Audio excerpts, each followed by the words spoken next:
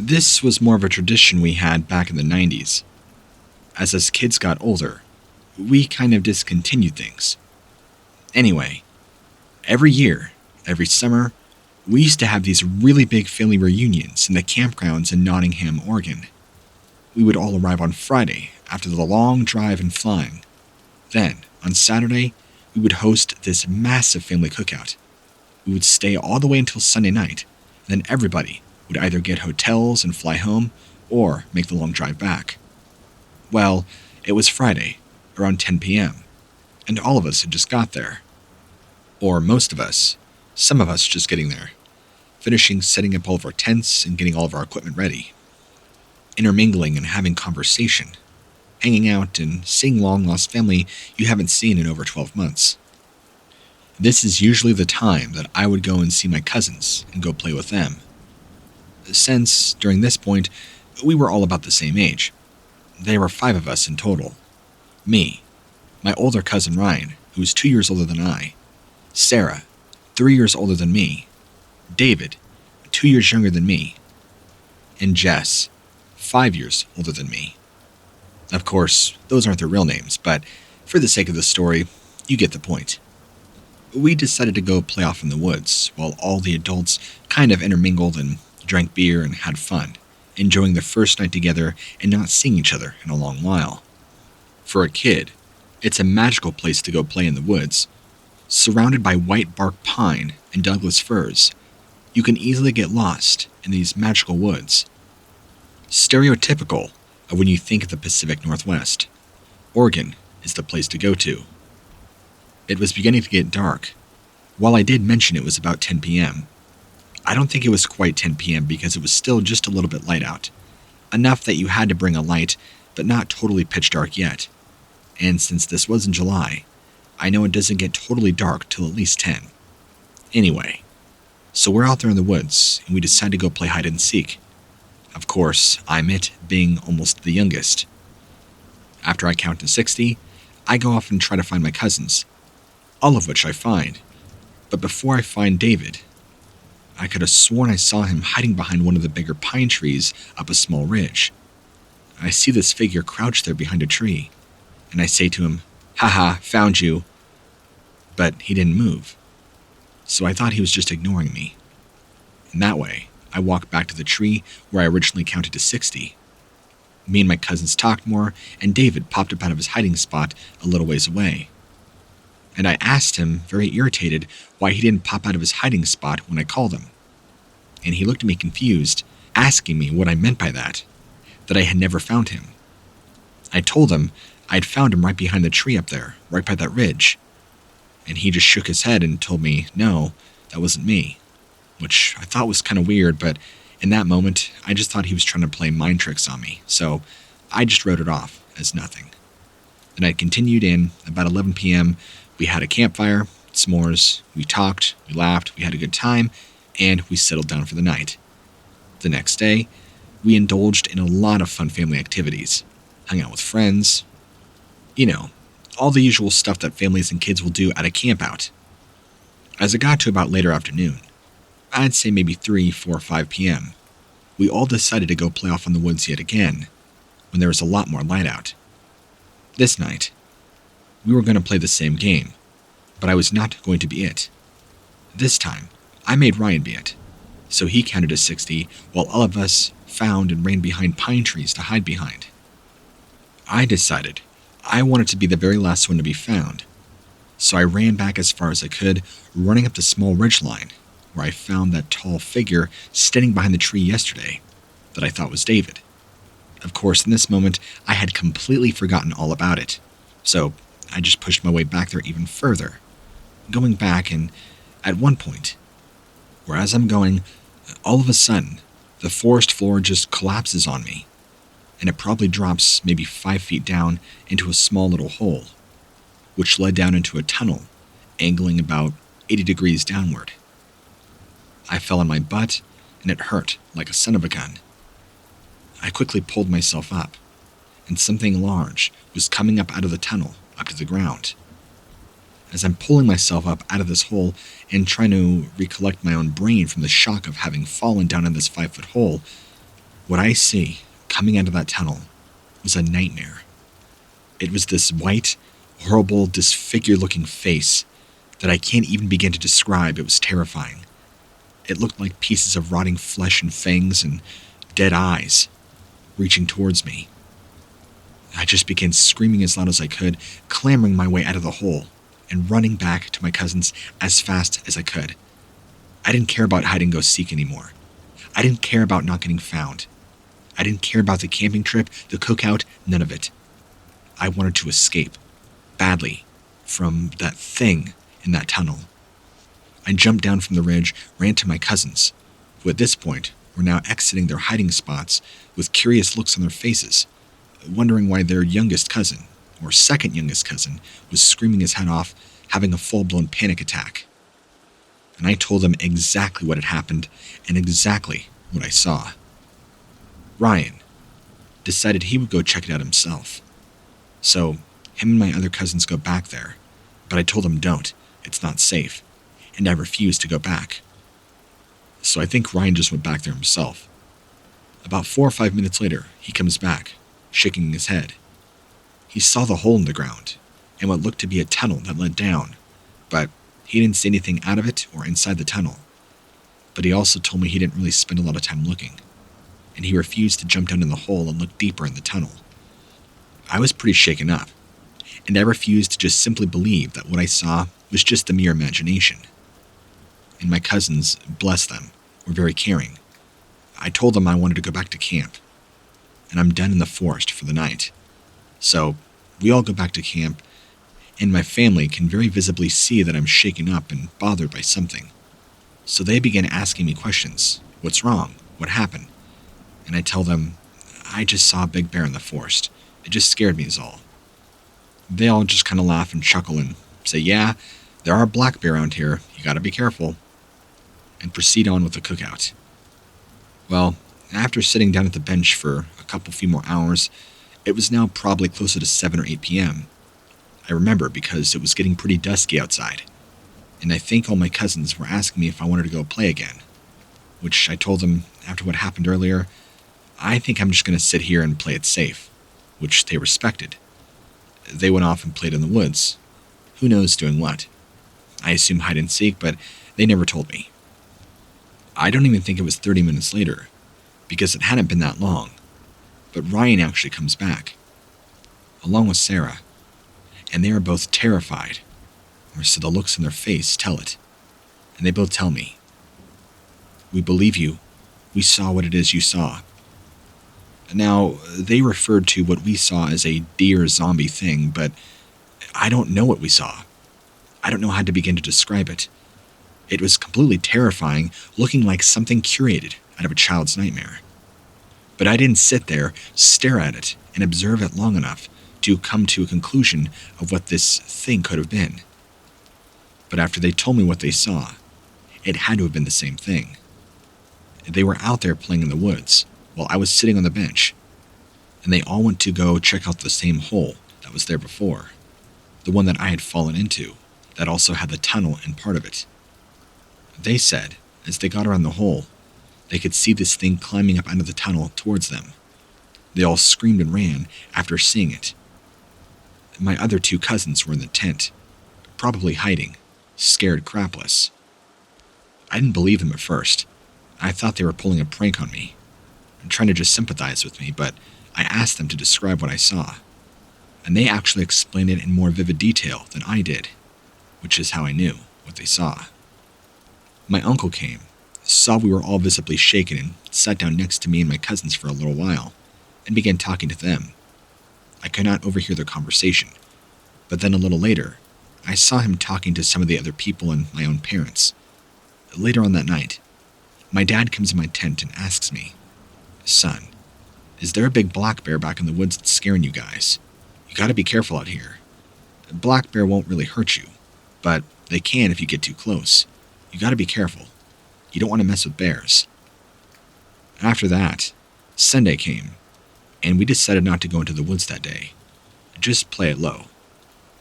And by about Sunday night came, and we were leaving. And that's pretty much the end of my camping experience. So, zombie deer monster in the deep woods of Nottingham, Oregon.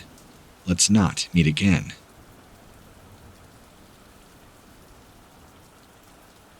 Back before I moved in 2014, from about 2011 to 2014, I was hiking all around the Adirondacks in New York State. In fact, me and my friends became quite the outdoorsmen, really putting ourselves out there in the wild, learning everything we could, from survival, reading books about it, watching shows about it, and even doing our own little survival test to see how many days we can go out there with limited supplies and survive. I made it about 6 days at one point, but that was enough for me. I think besides being crazy like that, for me, it was just enjoying the outback and how calm and serene nature can really be. And while 99% of my camping and outdoor experiences were all positive, I only had one negative one, and this one sticks out to me. I'm going to be sharing that with you today. This was in the summer of 2013, a year before I would move. I was by myself, as I did a lot of solo hiking and camping. It's what I was accustomed to. This day, I was hiking off of a dirt road that wasn't well traveled or even used all that much. There were also several popular game trails leading off this dirt road, connecting to several other older logging roads that were no longer in use. This was camping out in the backcountry, how it should be done.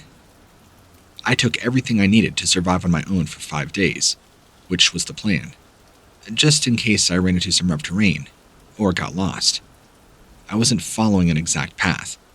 I was loosely exploring, but I was looking for a lake that was close by, which it's important to bring enough food and water. I had brought along several packets of beef jerky, bottles of water, everything I would need to be kosher for the next few days. But it wasn't until the very first night where things took a different turn. I eventually found the lake. It became about 5 p.m. I set up my one-man tent, had a little cookout, even caught a trout, which I ate with my dinner. It was delicious. Which then I sat by the fire and just enjoyed the quiet in the lake. And then putting out my fire, retiring to my tent at roughly 8 or 9 p.m. And as I'm falling asleep, I hear what sounds like a man screaming bloody murder not too far off. I know there's one of those old abandoned logging roads probably about a half-mile away from this lake. In fact, that's one of the ways I found my way here, was connecting through a game trail. And from where I was at, the scream sounded like it was going up and down that road, over and over, but it was in rhythmic patterns, like somebody kept screaming and screaming out. And then it would stop, and it would start up again. It would start, stop, and then it would sort of change pitch and timbre. I remember lying there thinking to myself, what animal makes that noise? And being completely perplexed, trying to match every single animal I could to the strange noise I was hearing. But it still sounded too human-like for it to be anything that I knew of. I've heard of wolves, I've heard bear, I've heard all sorts of animals even in distress, and none of them sounded like this. I guess you could say it was a mountain lion, but even mountain lion don't sound as odd as this. One thing here I want to point out is I could hear that whatever was making the noise had to have been of considerable size. This is because of the volume, power, and the amount of bass it carried in its voice. You could feel it, which deeply put a bad feeling in my stomach. After a while, the noises stopped, and I was able to fall asleep. The next morning, I tried and hike around a little bit, maybe see what I could find, while keeping my base camp at the lakeshore. I did not find or see anything that was out of the ordinary, and so I spent the afternoon and evening fishing, caught a couple more trout, had trout again for dinner, ate that with a can of beans. I was so stuffed that I was literally nodding off while sitting by the fire. It was perfect. So, again, I decided it was time to retire, climbing into my tent and crashing out. This time, I awoke in the middle of the night to that same screaming noise as the night before, only this time, it was on the other end of the lake, and much, much closer. Instead of moving north to south, this sound sounded like it was coming closer to the tent, although still on the other side of the lake. And for the first time, I'm beginning not to feel safe, because I don't know what's making this noise, and I can't think of any animal that would possibly reproduce the sound or reason why. I can't even replicate the noise myself. It reminded me of something you'd hear out of a horror movie. But keep in mind that the thoughts of Bigfoot or a monster never once crossed my mind. I just figured it had to have been some animal in distress or something going on. I'm a very logical person. There had to have always been an explanation for anything that happens. But for this, I could draw no conclusions. And just like the first night, after a little while, the sound stopped and I was able to fall back asleep. Now, I get up the third morning. I do the usual. Make some coffee on the fire using my percolator. Wake up, stretch, and go on a day hike. This time, I thought it would be better to investigate where I heard the screaming from before, which was on the other side of the lake. So that's where I hiked over to, which to get to, you have to go over a lot of fallen timber and old brush. So it took me about an hour or two to reach over there. And when I did, I was kind of shocked at what I saw. In the soft mud of the lake shoreline were these massive prints. I didn't have a tape measure or a cell phone with me. I mean, even if I did, I don't get any cell service anyway. But they easily could have been 17 to 18 inches long, maybe 5 inches wide. They were very vertical, long and slender. They kind of came back and tapered off at the heel, and the feet branched off in 3 large toes that you could tell had clear claw marks. They walked in a bipedal pattern, up to the shoreline and then back towards where the rocks were, up into the trees. It looked as if something had come down from the tree line, down to the shore, and then back up into the tree line, almost a zigzag pattern. It must have been heavy too. The indentations were at least half an inch deep. The mud was pretty soft, so I had to be careful not to get stuck in the mud myself. But something big was walking around here just last night. I felt really unsure what to think. There's no bipedal animal out here that I'm aware of. I know apes exist, but apes are the only other animals I can think of off the top of my head that are bipedal. But there's no apes out here. And ape prints don't look anything like this. This almost reminded me of some sort of large bird or a lizard or something. And I could not for the life of me understand why the prints were bipedal and not quadrupedal, or the size alone. That was also weird. But I tried to not let it get to me, and so I continued the rest of my day hiking out, and returning in the evening time, where instead of fishing like the last 2 nights, I thought I would just eat a couple protein bars and have the rest of my beans. Then, it was time to go to bed, so I climbed into my sleeping bag, expecting round 3, and eventually fell asleep. But I was extremely on edge and very anxious for something to happen. I don't know why. It was just a feeling. I can remember that night too. The crickets and noise of the forest was much quieter than usual. The last couple nights, the crickets were alive. I mean, the first night there, I almost thought I couldn't sleep, they were so noisy. But this night, everything was just too quiet. It was a very restless night of sleep. I would wake up, fall back asleep. Wake up, fall back asleep. Each time, the life around the lake just being so quiet. And then, sometime during the very early morning hours, probably 4 or 5 p.m., just as the sun was peeking up over the horizon, I could have sworn I heard something heavy walking around my camp, but I can't know that exactly. So I wake up about 6, 7 o'clock, get up, and I notice those same footprints as the other day that I saw by the shoreline are over near my camp, probably about 100 or so feet away, parallel to the tree line, since I'm about 100 plus feet away from the tree line itself. Now is when I start to get bad feelings, that something else is here with me, some large animal that I have no idea if it's an omnivore, herbivore, or a carnivore. I remember that day too. I thought I would just stick by the lake and not go hiking as much. I just felt unsafe and uncertain. The morning bled to afternoon, which bled into the evening, which would bleed into night. And I'd try to calm my nerves during most of the day by fishing. And so that night, I thought to myself, maybe if I stay up a little later than usual with the fire, I'll maybe get a chance to see whatever this thing is, and maybe that'll put my mind to rest. So, I had the fire roaring, I was staying up, enjoying myself, listening to the night.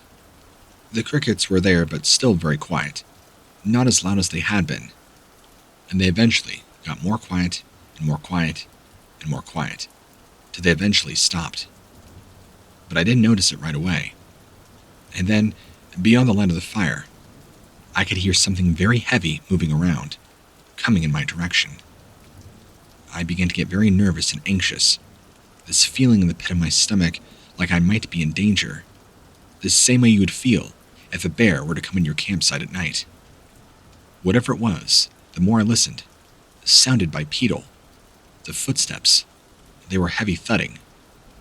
But because the moon was blocked by some overcast, it was very dark, and the only other light that I was provided was the light of the fire.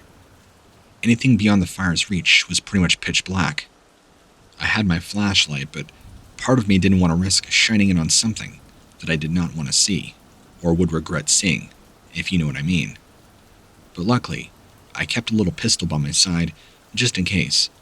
You never know when traveling in the outdoors when you might run into a sticky situation, so I always kept that near me. But I began to grow more and more tense, and this feeling in my stomach, like this knot, just kept getting worse and worse. And that's when I started hearing the footsteps more and more, getting closer. They started off far away, up by the tree line, but now they sounded like they were slowly descending down the embankment, right towards my camp. But not continuously. It would be like a few steps and then stopping. Pause. A few more steps, stopping.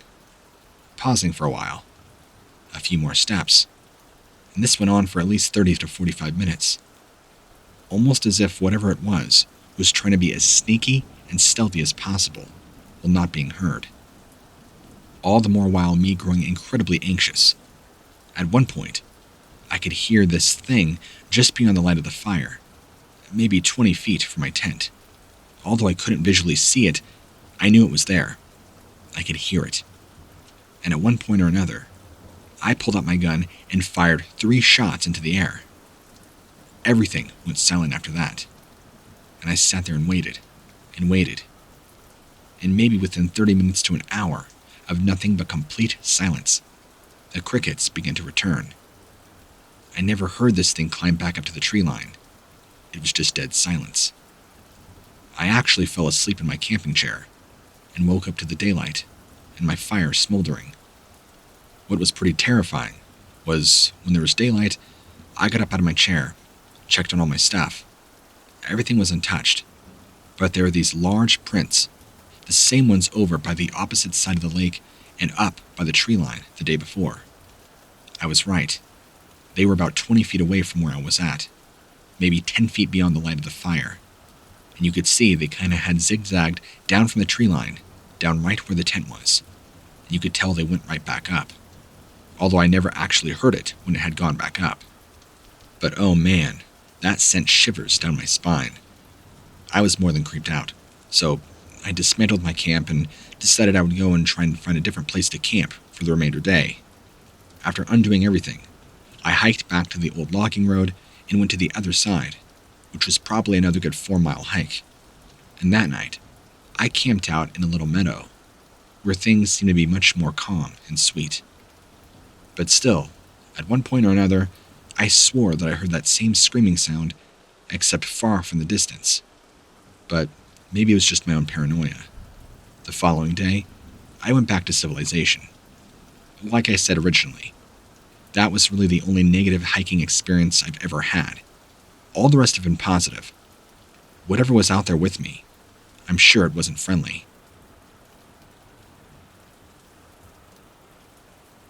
This was my first time at a sleepaway camp. I wasn't exactly excited about spending the whole summer away from home, but luckily for me, it started off on a good note.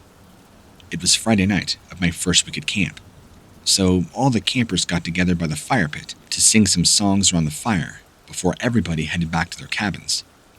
After singing some songs around the fire, most of us went back. Well, we all got back to our cabins. The girls' cabin had theirs in cabins E and F. Us boys, we had our cabin in cabins A and B. Each cabin held about 8 to 10 kids, depending on how many were in each one. I and the rest of the other teenage boys were in Cabin B. Cabin A, of course, had only about 8. That's also where the counselor slept too, because I guess they were short on counselor cabins, I think. So we're getting ready for bed, and we're lying down, joking, talking, like most of us do anyway. And as I feel most of us were getting settled down into bed, and getting ready to get some shut-eye, we heard some rustling in the bushes outside the cabin, followed by frantic pounding on the door, and a very panicked, "Let me in! Let me in now!" And so all of us kind of shot up from bed, looking around. One of the boys jumped up from his bed and opened the door. It was one of the boys from Cabin A, who looked completely pale and panicked. He said there was somebody trying to get into the cabin. This big, tall figure that was trying to open the door. He said it couldn't have been a man. It was huge, wide, and very hairy, and he was really spooked. Some of us laughed at him, while the others just tried to understand where he was coming from. We decided it would be best to go get the counselor, so most of us, except for maybe 3 or 4, walked over to Cabin A, where a lot of the other boys in there were spooked too. The counselor was not around, so at this point, me and the other boys from Cabin B are thinking, alright, this is clearly a very elaborate, well set up prank. The counselor got you. But before we can even begin to really think about where he was, the boys in Cabin A were just screaming, terrified by something. They kept saying the same thing the other boy did, that this thing tried to break into the cabin, rattling the door handle, banging on the windows. They said it looked like a big gorilla. It was this man in a large suit or something. They were completely petrified. All of them were shaking. And so maybe at this point, we thought, okay, either something really did happen, or the counselor is really playing a prank. So all of us left boys in Cabin A, and we decided to go and try and find the counselor. So we exit Cabin A, and we're walking back to Cabin B, when we see the counselor, followed by another counselor. They both have handguns, and they're telling us in the most stern voice, "Boys, get back to your cabin now. We have an issue." And the couple that were with me from Cabin A fled back to Cabin A. And the few of us from Cabin B, well, most of us, fled back to Cabin B, including me. A few stayed behind to try and talk to him, but he wasn't taking it. He demanded we all return to our cabins, that there was an issue going on. So we get back in Cabin B, and some of us are a little spooked, but the rest of us are just trying to laugh it off and, alright, this is just some big joke, no worries, let's just go to bed, this is clearly not a big deal. And then we hear a very terrifying sound. Gunshots. Bam, bam. Immediately, all of us jump up. We think something happened, so we go rushing out the door to see. Cabin A is beyond eyesight, so we can't see anything, but we hear screaming. A lot of us, or some of us, go running over to Cabin A, and the counselor is outside, pointing off into the night. The boys in Cabin A are freaking out. He sees us and screams at us, "I thought I told you guys to go back in your cabins." And then we hear this horrendous scream off from the woods. It sounded like a demon. It made me nearly poop my pants. And so all of us go running, screaming back into Cabin B, where we huddled around, waiting for daylight, not really sure what was going to happen. The night was eerily quiet. No crickets, no sounds, no more gunshots. The counselor did not come to check up on us. We didn't see anything outside our cabin. We didn't hear anything. But I think all of us were pretty scared, especially after hearing that roar, which there's no way you could have not have heard it. Even the other boys who stayed behind in this cabin also heard the roar. It was loud. Which is why I say that most of us probably got barely any sleep that night. When sunlight finally came, which felt like it was never going to happen, we exited the cabin. Going to breakfast, which was at 7, there was the counselor, the boys from A, and all the girls. Even the girls were asking what that roar was. They had heard it too. The boys from Cabin A would not talk about it. And when we tried to question the counselor, he said it's non-negotiable. We are not discussing it.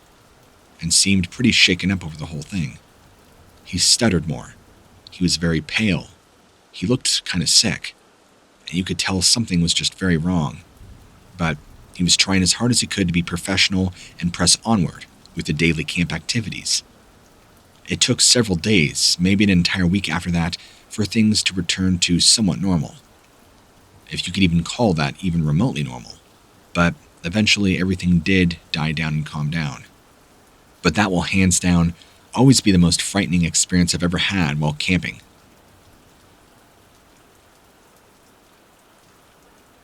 I was walking around with my friend, and it was roughly 8 p.m. at night. We were just talking, stopping to take breaks. We loved our night hikes. We had heard something, though, that sounded like footsteps not too far away from us. We got nervous. With it being dark outside, there's no reason anybody would be out walking around, especially without a light, out here in the woods. And unfortunately, our flashlights kept going out. The sound continued for about 30 more seconds, and we'd keep hearing it on and off. It was getting closer, closing the distance, rustling through the trees. My friend tried to play it off and say that somebody was just casually making their way back to their campsite or cabin, but there really wasn't any of that out here. Sure, we had come from about a mile away from our campsite, but why would anybody be out this far? None of it made sense. There were no cars, parking lots, roads. In fact, we were just exploring the deep woods, and it was later at night. Why would somebody be out here alone, stalking us? When this is going on, you can only assume the worst, and so we decided to walk a little further. Maybe the sounds would eventually stop, but they didn't. Instead, they closed in on us more and more, and at one point or another, my friend and I decided it would probably be safest to head back to avoid any issues that we might have. We ran about as fast as we possibly could all the way back to our tent, hopefully being safe. As soon as we kicked off and started running, the figure, or whoever it was in the trees, did not follow us. In fact, they probably wanted us gone. I don't know if maybe somebody had a cabin nearby and they were trying to chase us away, but whoever it was got their way.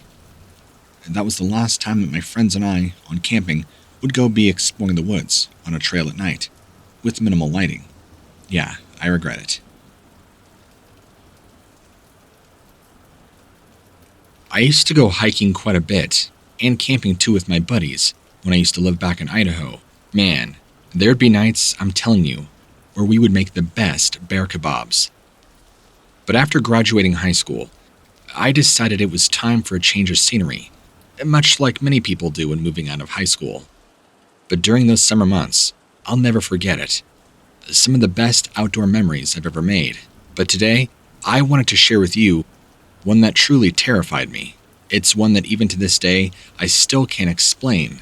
This was the summer before my senior year of high school. My friends and I decided to go up to the Sawtooth Mountains in Idaho and decide to all camp out in one giant tent. If I remember correctly, I think it was like a 20-man tent, but I could be wrong. Either way though, it was very big. Perfect enough for us 5. After finding our spot, we established who was going to do what. 2 of us set back to do the tent. A couple of us set out to do firewood, and the rest of us were going to help set up camp, get a fire going, get food, etc. After we get everything established, the fire, the food, the wonderful kebabs, and our massive tent all the way set up, it's time to relax and enjoy. Being teenage boys, of course we brought alcohol, but surprisingly, even before the events of the night happened, none of us really got that drunk, if at all. It was just a big old case of beer, nothing too fancy. We cracked open the beer and started getting the food going. Once that was done, we all sat around the campfire, made jokes, having a good time. Talking about what girls we were going to try and date senior year. We had quite the list. We began getting low on fire after a couple of beers and after eating, and so we had the same 2, Bill and Joel, go get us more wood. The same 2 from earlier. They come back about 7 minutes later, with a lot less wood than they normally brought last time. When I asked them, "What gives, guys? Where's all the wood?" They're both pretty pale and pretty scared. They're telling me that they saw something, and so we start asking them. As they're trying to tell us and stuttering and falling over the words, We hear this huge crashing sound that sounds like a tree being felled and falling over. All of our attention shoots back at that where the sound came from. Most of us standing up, completely expecting something to come barreling out of the woods in our direction. It was that loud and that disruptive. To say we were scared in that moment is an understatement. We all collectively agreed it's probably a good idea if we just leave camp now and come back for our stuff in the morning. There's no telling what kind of bear it could be back there. Both my two friends both agreed it was not a bear. It was something else entirely. Well, we left camp, and the next morning we came back, grabbed our stuff, but everything was ran through, torn up, and destroyed. Something had gone through our camp the night before while we were gone and destroyed everything. What it was, I still have nightmares about it to this day.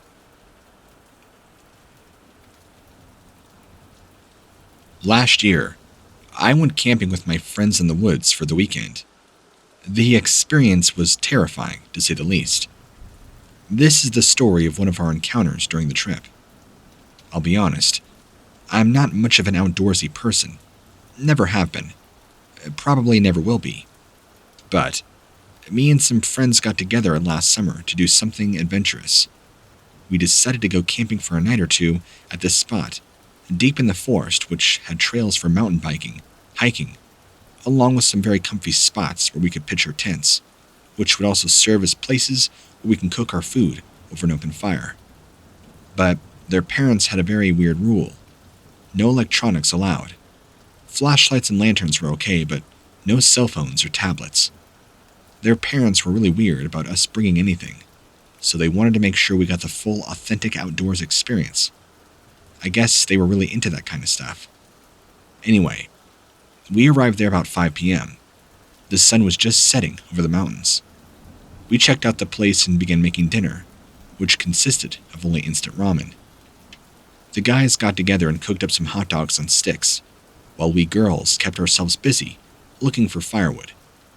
We really had no idea how to make our own fire, to be honest, but luckily, we found enough dead branches nearby which could serve as our materials. It took us forever, though, and we tried lighting them up one by one, but that was not working, so we eventually had to expedite the process. We finally managed to get our first real fire going. This had taken way longer than expected. We kept feeding it more branches as it got wider, filling the air with smoke, but at least it kept the mosquitoes away. Now, the sun setting made everything look nice and warm. But the sun went down after and everything got really dark very fast. So dark that you could barely see 2 feet ahead of you. Even the stars were kind of hiding tonight. We kept ourselves busy though, chatting and cooking. A couple hours went by, and we had cooked up plenty of food. Everybody was sitting around the campfire, eating, and playing Truth or Dare.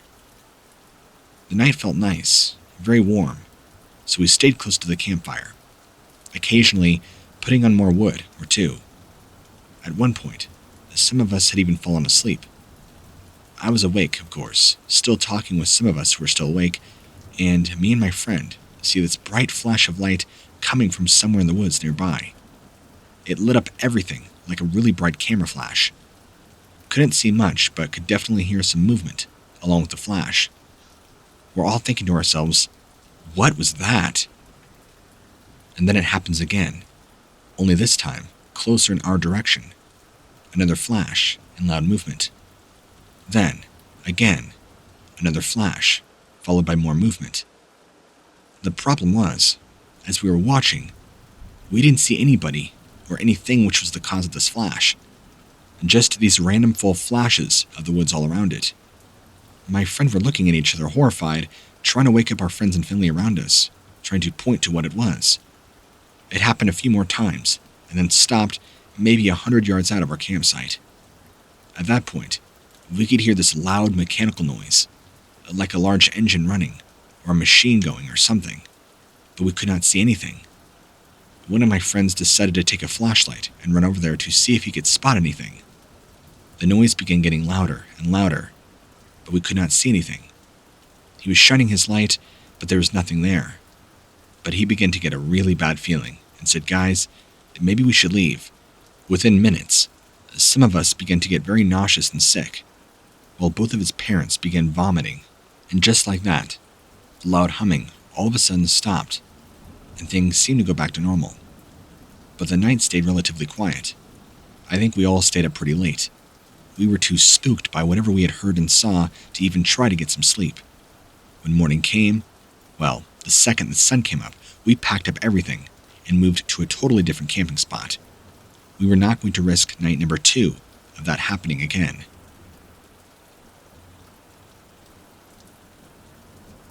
I have been camping for a very good portion of my life, so things in the woods really don't bother me too much. But this experience that I had is terrifying. It was the last day of a family vacation at Lake Superior Provincial Park in Canada.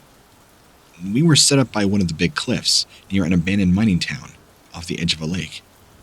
Our cabins are located about 100 yards away from each other. My cabin had me, my parents, and my 2 brothers in it. 2 small beds, plus a fold-out couch that can fit another person. With 7 of us inside, it felt pretty cramped, especially since there's no air conditioning, so we had to leave all the windows open for fresh air during the night. I remember around 2 in the morning, I woke up to use the washroom and realized my little brother was sitting on top of his bed, the fold-out couch, looking towards the open window in the cabin. I asked him what was wrong, but he didn't answer me. He just kept staring outside like he saw something really scary, or should I say someone. He looked like he saw a ghost or something. His face was pure white and had the same look you see on someone's face who just got back from an exorcism. He also looks like it took all his effort not to scream when I walked near him. He was very on edge.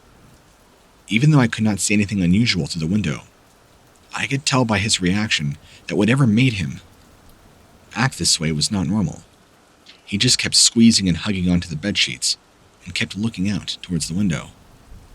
I got a little suspicious about his reaction, so, without saying anything to my brothers or parents, I decided to step outside and investigate myself. I walked near some of the bushes outside my brother's cabin, and I saw something moving in those bushes. It appeared small at first, but then, that's when horror became horror, and it stuck its face out in the open, and I saw it for what it's worth.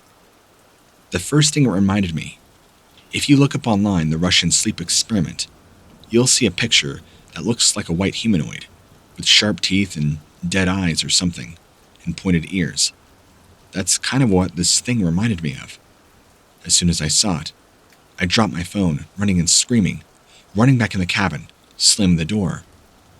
As soon as I did that, me freaking out and panicking woke up my brothers and my parents, who were now all wondering what is going on. Now my dad was pissed. I told him, "You need to shut the windows now. There's something out there." My mom was now worried, and my dad was trying to get a hold of me. "Son, there's nothing out there. Calm down."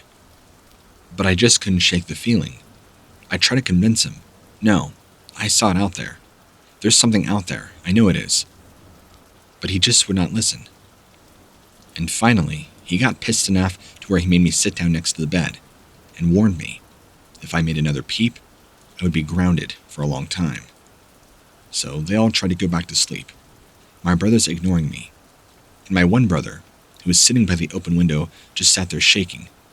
He didn't say a word the whole time. He knew. We both knew.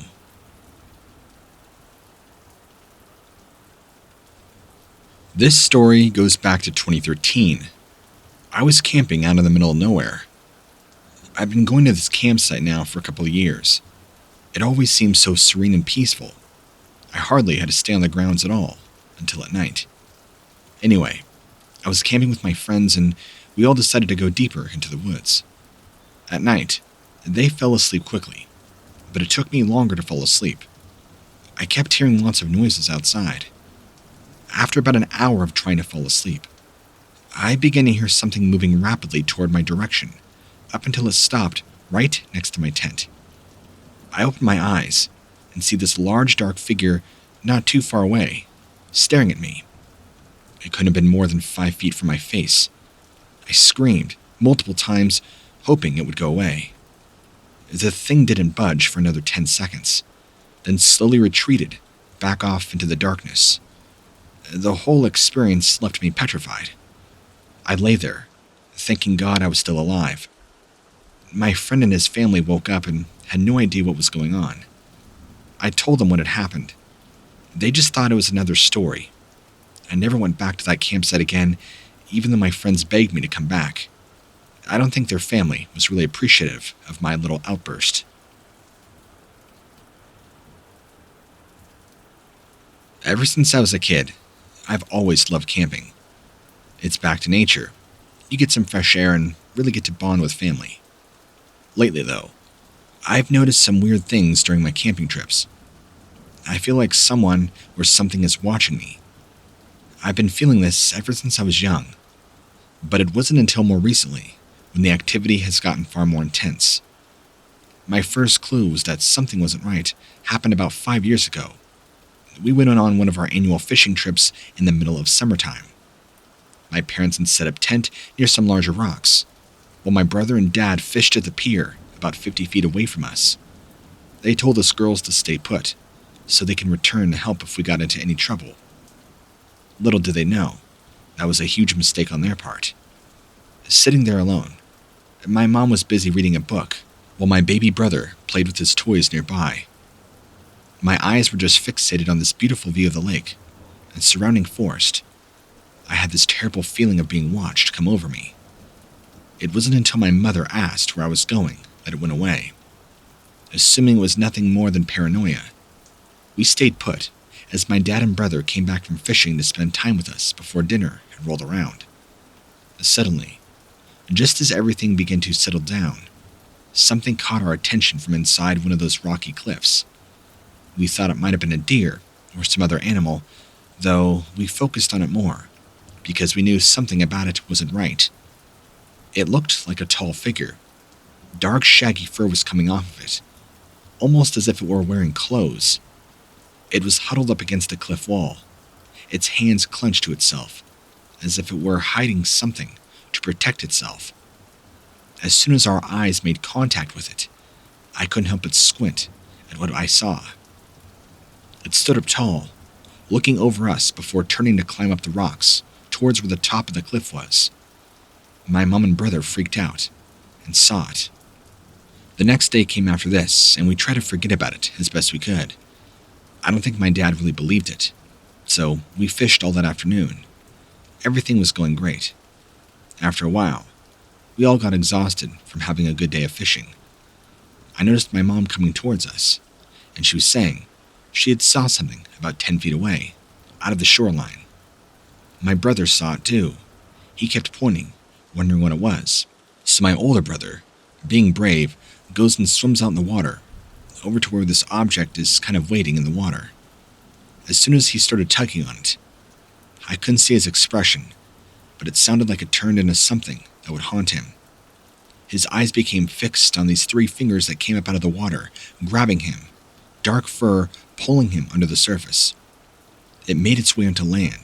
My brother was screaming as it was trying to drag him into the water. So ear-shattering. I ran away, crying and screaming. The thing disappeared into the lake. After dealing with some local law enforcement and even having EMTs and doctors check us out, we all came to this conclusion. Whatever that creature was had to have been a skinwalker or something. I think it was in the water that day, because it was trying to sneak closer to our campsite without us knowing. I'm not sure what to say to people about the legends anymore. Maybe they're real.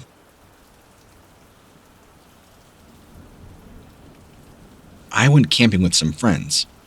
As any camper should know, you have to be prepared for anything when you go out into the wilderness.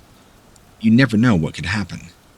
So that's why on our trip, we brought a lot of the usual things. We had food, water, gear, flashlights, machetes, and an assortment of other useful things. More importantly than all of those was my iPhone.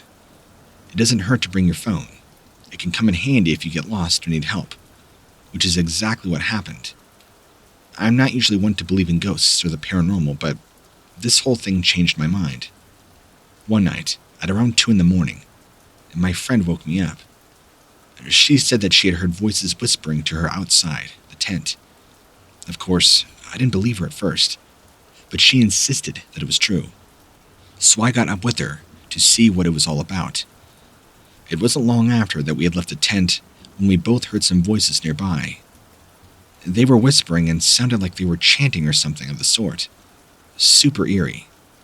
At first, I thought maybe somebody else on the other campsite nearby had woken up for some reason.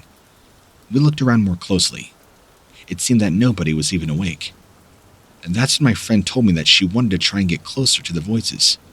She thought it would be a better idea to go ahead and try to take out her phone and record the sounds, like she had seen in some actual movies. I didn't really want to try and do that. This is a pretty scary real-life situation. I got her phone for her, and we both started walking towards where we had just heard this chanting noise. It definitely was not your average camping experience. Just as we began to get closer, our lights began flickering on and off, and making it harder for us to see anything. And suddenly, the chanting stopped, everything going quiet.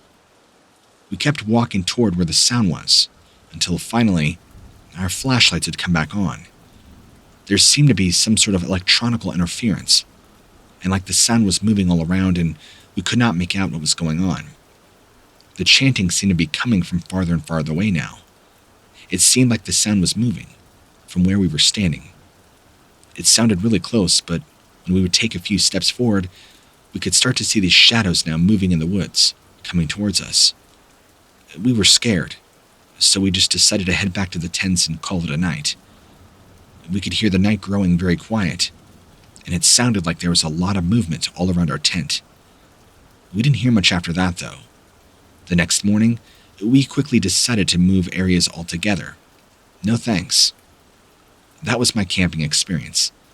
Maybe not so great, but still interesting nonetheless.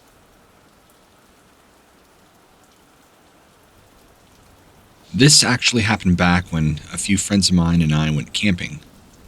This wasn't too far outside of Yellowstone National Park, but it was not actually in the park. So we're camping out in the woods, and we're having a pretty good time together. And so at one point, one of the days, it was maybe day 3 or 4, we decided to go exploring in the woods. Because when you're camping, what else better is there to do besides hiking, hanging around, eating good food, and seeing what's around? Now, here's what's scary. We came to a small clearing where there was these saplings that were torn and bent in all sorts of distorted, strange angles. My friend and I discussed what could possibly make these, and we weren't sure. There's other weird markings around the area. Stones that were stacked on top of each other, roughly 7 to 8 feet high. It was very strange. I've heard of people doing rock stacking before as a hobby, but not like this. And there were also branches up on some of these trees that were maybe 6 inches in diameter, fully ripped off at about 9 to 10 feet high. It was disturbing. My friend wasn't really sure what to make of it. Either was I. We kind of figured maybe somebody had come back here at some point and made a fort, but we weren't really quite sure. Then my friend and I started to get this strange feeling. I don't know what it is. It was like this feeling of being really anxious. And my friend noticed it too. And I think we decided maybe it's best we get out of here, just for our own safety. And I couldn't shake the feeling for a while. The clearing wasn't too far away from our own campsite, maybe a half a mile at best. And so the rest of the day, I just kept thinking, what tore those branches off and made those markings on the tree? It didn't make any sense at all to me. So fast forward to that night, and we're having a campfire. We're sitting around joking, just hanging out having a good time. And my buddy starts panicking, swearing that he just saw eye movement off in the distance. And my friend and I are laughing at him, saying, "What do you mean you saw eye movement? What does that even mean?" And he gets really white and says, "There was something big. I don't know. But I saw these eyes reflecting from the light from the fire. Whatever it was watching us, and it was not too far away." So we think he's pretty much pulling our leg, and we don't really buy it too much. We just try and continue on talking and having a good time, and he's still very quiet the rest of that night. So we just ask him, "Is everything okay? Is there anything going on we need to know about?" He just keeps bringing up that same point, that something was there watching us, and he wasn't sure what it was. It really scared him. My friend and I tried to assure him that everything was going to be fine, and who knows? It was probably just a trick of the light, for all we know. I mean, can we really be sure? Well, that night, as we're all lying in our tents, we start to hear something. It sounded like a voice. But it wasn't just any voice. It was a voice that me and my friend distinctly recognized. His mom. His mom had now been dead for about 9 years. She passed away from cancer when he was roughly 14 years old. And so hearing this, my friend and I, the friend's mom, look at each other. And we're thinking to ourselves, are you hearing the same thing I'm hearing?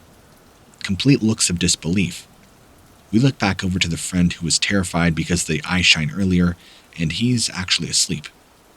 So my friend and I look at each other and we look back outside. The voice is now going from muffled to more clear, and it's calling both of our names, saying, "Come here, I want to show you something." Both my friend and I nearly crapped our pants right then and there. It sounded like it was deeper off in the woods. Something or someone was able to imitate his mom's voice. That was more than enough for us. My friend grabbed hold of his knife. I grabbed mine too, and we sat there, huddled, shaking, expecting something to happen. The voice kept taunting us to come into the woods, but after a short amount of time it stopped, and we noticed the night was very, very quiet. Only the sounds of our fire that we still left was barely crackling. Everything else was very quiet. It was so quiet, you can hear the faint leaf falling from the tree. We probably sat there for what felt like hours, just waiting for something to happen, but nothing ever did. I think we eventually fell asleep. The next morning, we decided not to tell our friend, because that would only scare him more. But my other friend, the one whose mom called us, or pretended to be his mother, he mentioned to us, "Hey guys, what do you think about moving our campsite over to somewhere else? Just to be safe, maybe our friend's right. And maybe he really did see eyes shine and we should be fearful." And our friend quickly retorted, "We shouldn't be fearful. We should be cautious and protective. We have no idea what kind of wildlife is out here." This other friend of ours was also part native, and so he really dug into all the folklore legends of stories about Bigfoot and Dogman and Skinwalkers and whatever else they really believe in. So he was already open to that sort of realm. My other friend and I, the one we heard the voices, we didn't buy into any of that stuff. Except now, I don't know, we can't be too sure. We moved our campsite after this, not knowing what would happen if we stayed there another night, potentially having a visit from whatever this thing was that faked his mother's voice to try and get us, to try and lure us into the woods.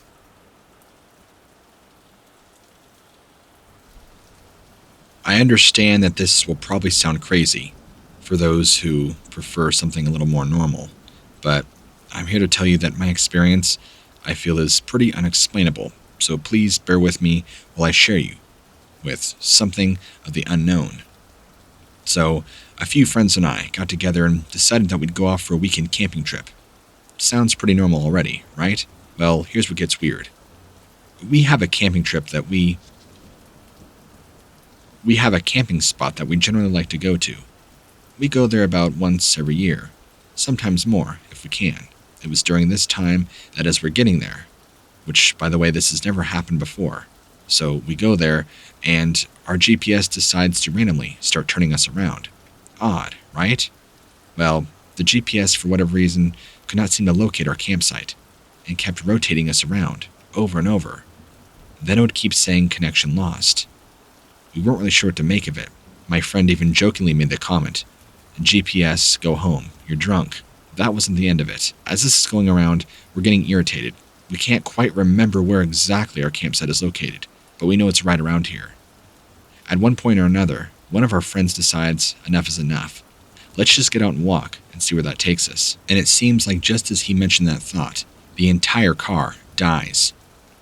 It must have been an engine failure or some sort of electronic failure, but the entire car just powers down right in that very spot, leaving all of us thinking, what just happened? Now we're all kind of curious, scratching our heads at why on earth his car could have just failed on us.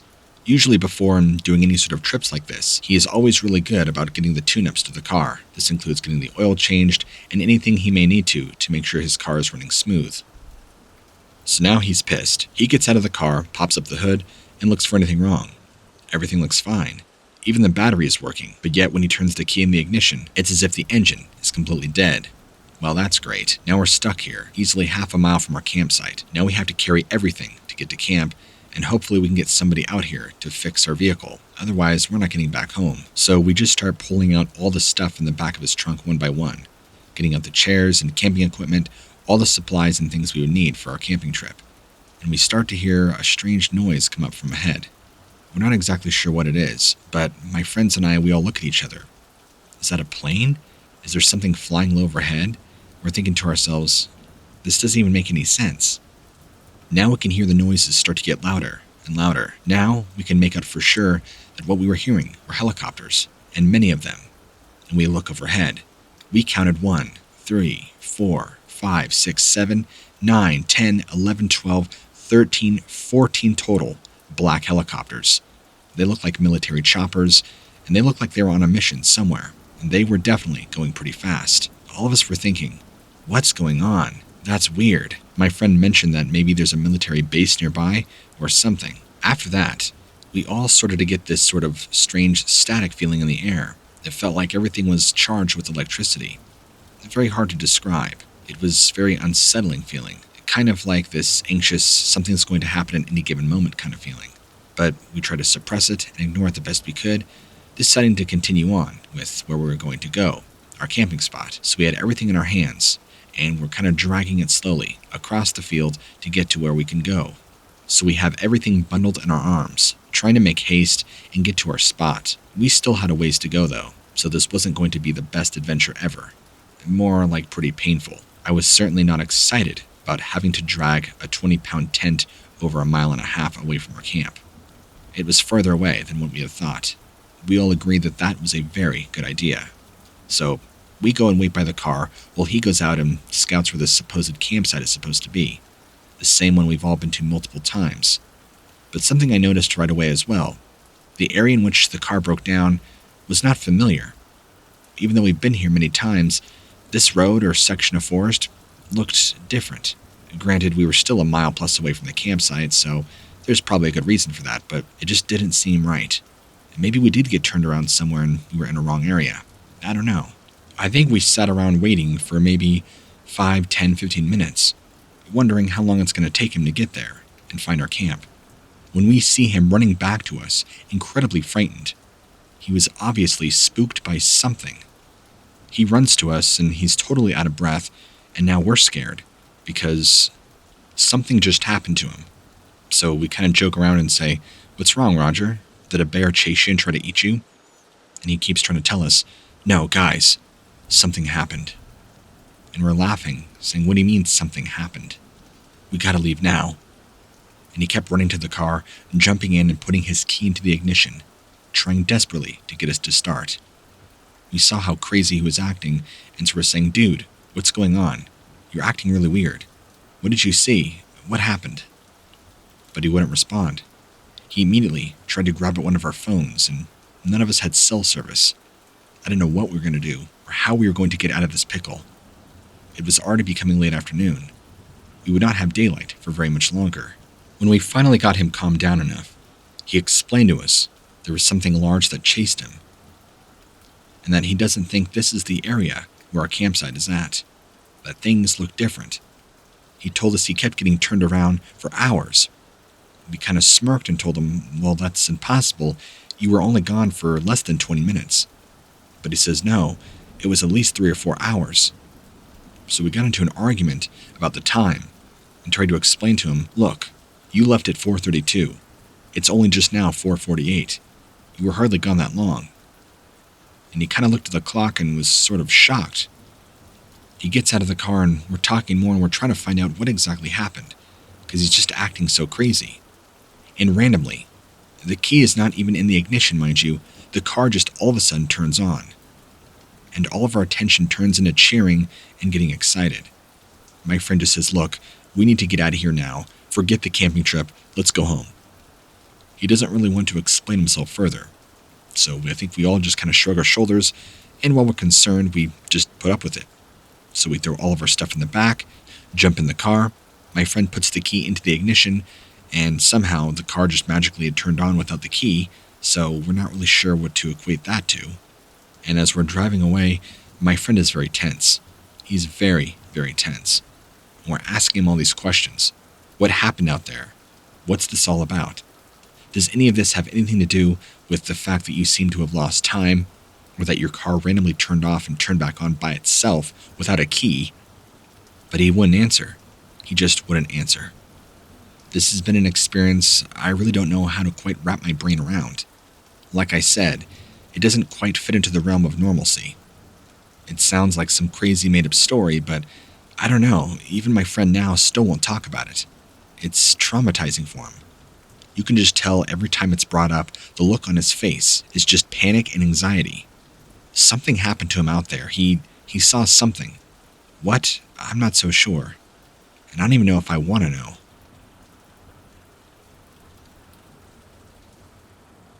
So this was back in 2015 when me and a good friend of mine decided to go camping in their backyard.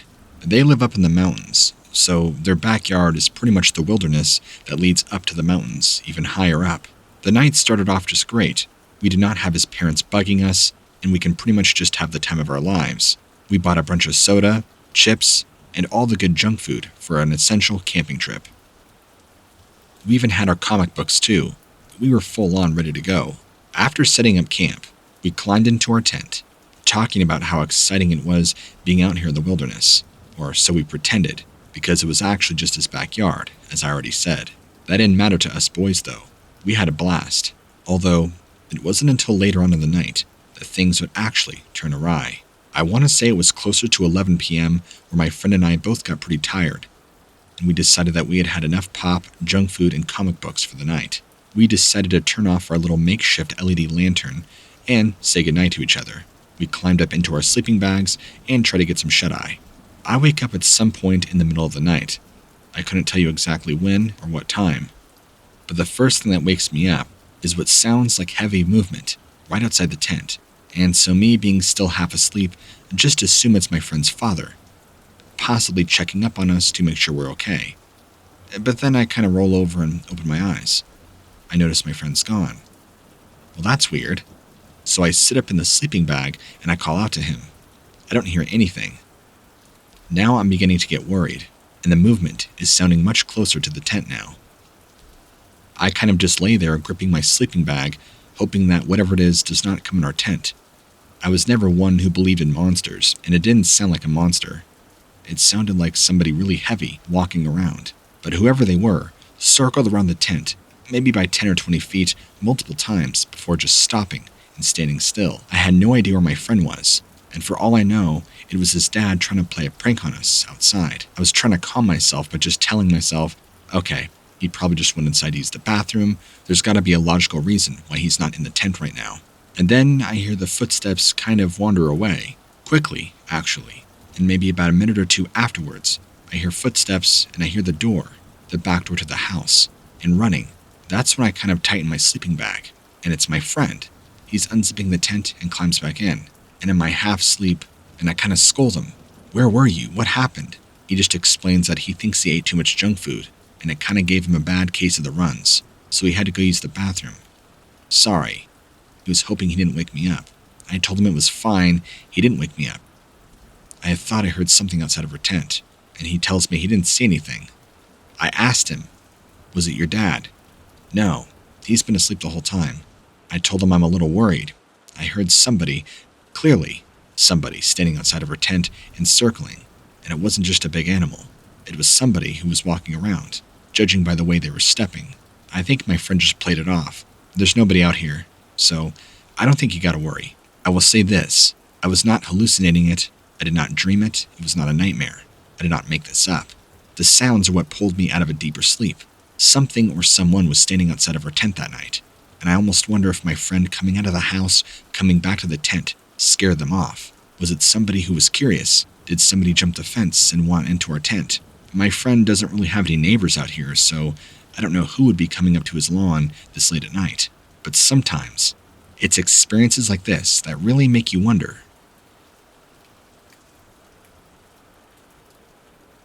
My story begins when I just turned 20. A few close friends of mine, including my brother, went camping for about 6 days out in the Pisgah National Forest. The first night was uneventful, just telling ghost stories around the campfire. The second day, we hiked to the top of one of the hills surrounding our campsite and noticed 2 rocks stacked on top of one another about 10 feet away from where we stood. We all noticed there were weird markings carved into them, but decided to leave them alone for now, thinking it might be some sort of tribal land marking or something like that. So we went back down to our own campsite. The third day, my brother and I hiked out towards those stones again to try and figure out what they meant by examining them closer. When we got there, both stones had fallen over. We were all spooked and left where they lay. We felt a strange energy surrounding them. Now, my friend Tyler, who is a hunter, noticed that there was an old game trail out behind our campsite leading to this area of the stones, so we decided to explore it. It's clearly been walked through. About 15 or so feet in, we found this huge hole that had a couple of bones in it. It looked like an old deer carcass. Not sure what that was used. Possibly a trap hole, but we're not sure. The fourth day, my brother and I hiked back towards those stones yet again, and when we got there, the stones had been stacked up yet again, each one perfectly as they were the first day. There's nobody else out here, so how this could be done, we weren't sure. We moved them to see if there was any reason why they were stacked or if they were put together somehow, but they weren't. They would not even knock over. It was really creepy. That same night around 3 in the morning, I had woken up to use the restroom. When I turned my lights on, my friend Tyler was standing outside our tent, looking like he had seen a ghost, pale white and trembling with fear. He said something had woke him up out of his sleep.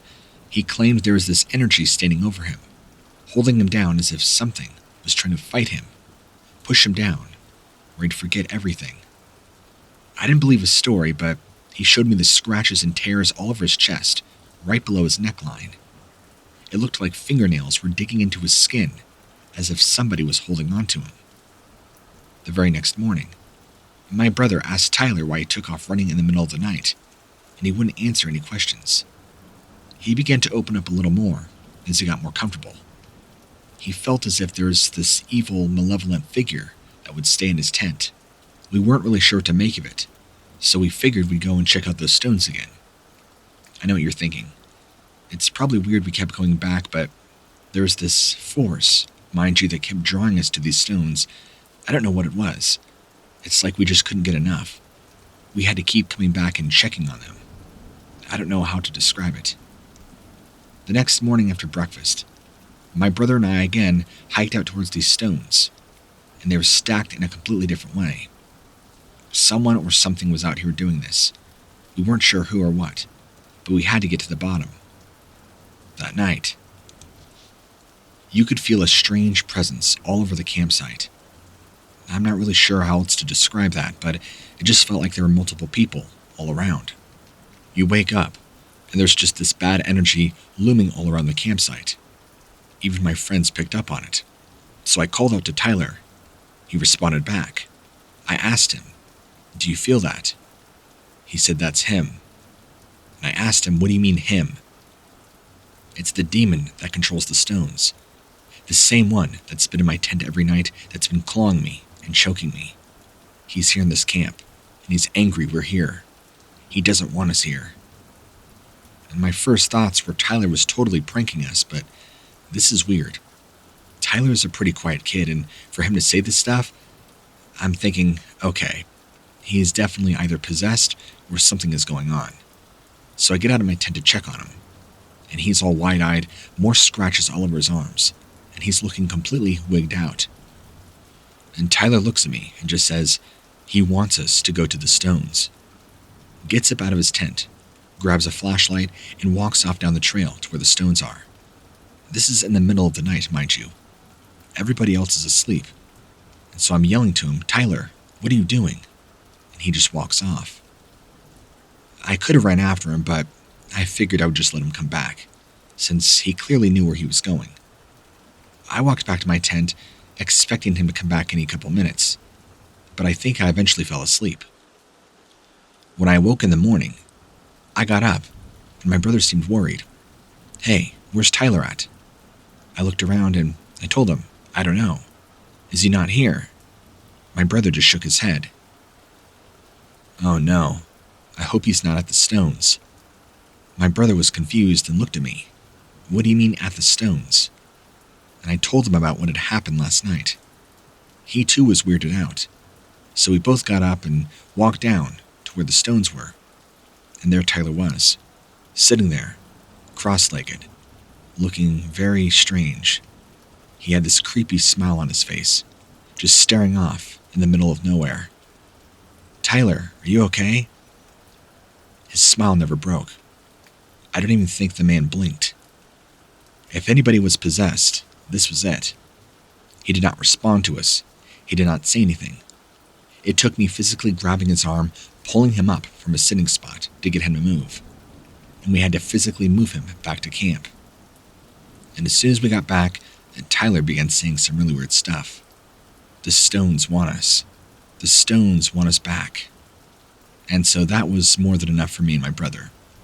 This was turning into a little mini horror movie, and I was not going to be a part of it. We took everything we had there, including Tyler, dragging him back to civilization. But even when we got back to the real world, Tyler's personality seemed to be different. He was much more quiet. He's normally a pretty reserved person, but much more than usual. He would just say weird things and do weird stuff. Things completely out of character. After a while, we lost contact with him. I almost wonder if he was truly possessed, since I've heard stories of people who are possessed.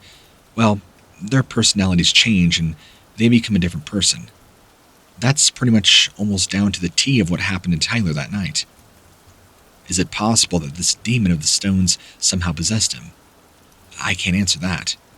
But I can say from experience, he definitely changed and was not the same Tyler we went camping with.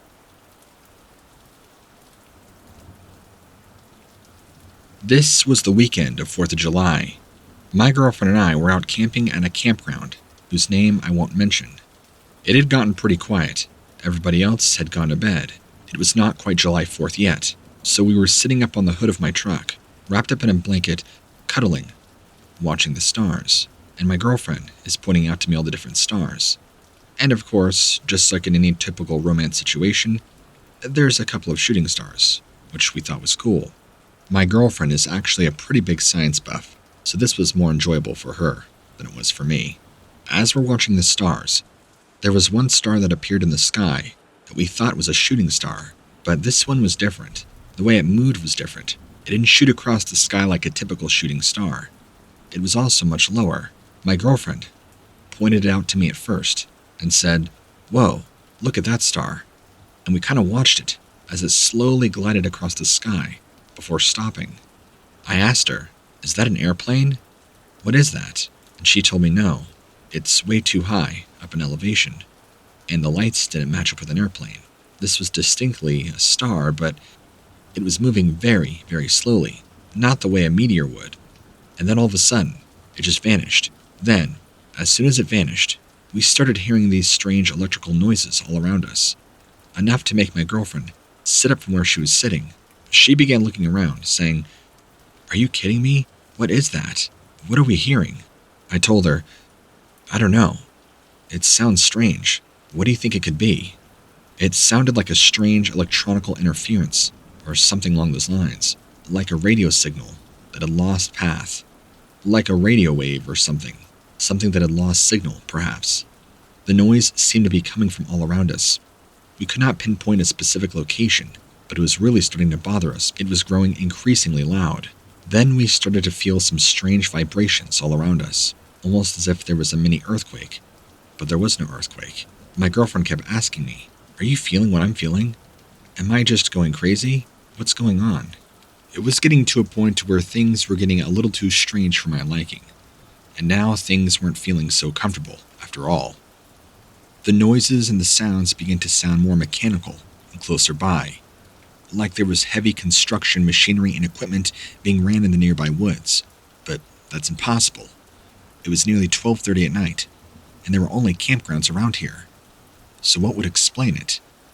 While my girlfriend and I, a little bit unnerved, were more perplexed and curious about all of it, we weren't sure what to make of it. We decided to just call it a night and climb into our tents. The next morning, a few campers came over and asked us, "Hey, did you guys hear those weird sounds last night?" And we told them, "Yeah, we did. What did you guys hear?" And they explained the same thing.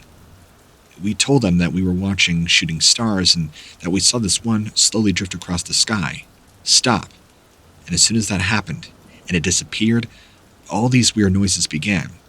Now, this one camper we talked to went off about aliens and UFOs and a secret underground base. My girlfriend and I listened to what he had to say, but we don't believe in that stuff. We take more of a skeptical, open-minded approach, and we think that there might be an actual, reasonable, logical explanation for all the noises we heard. Perhaps there's underground construction, and perhaps seeing this star disappear when it did, and these noises began, is just mere coincidence. However, Reddit, I would love to hear your opinion. Did we really maybe hear or encounter UFOs or aliens?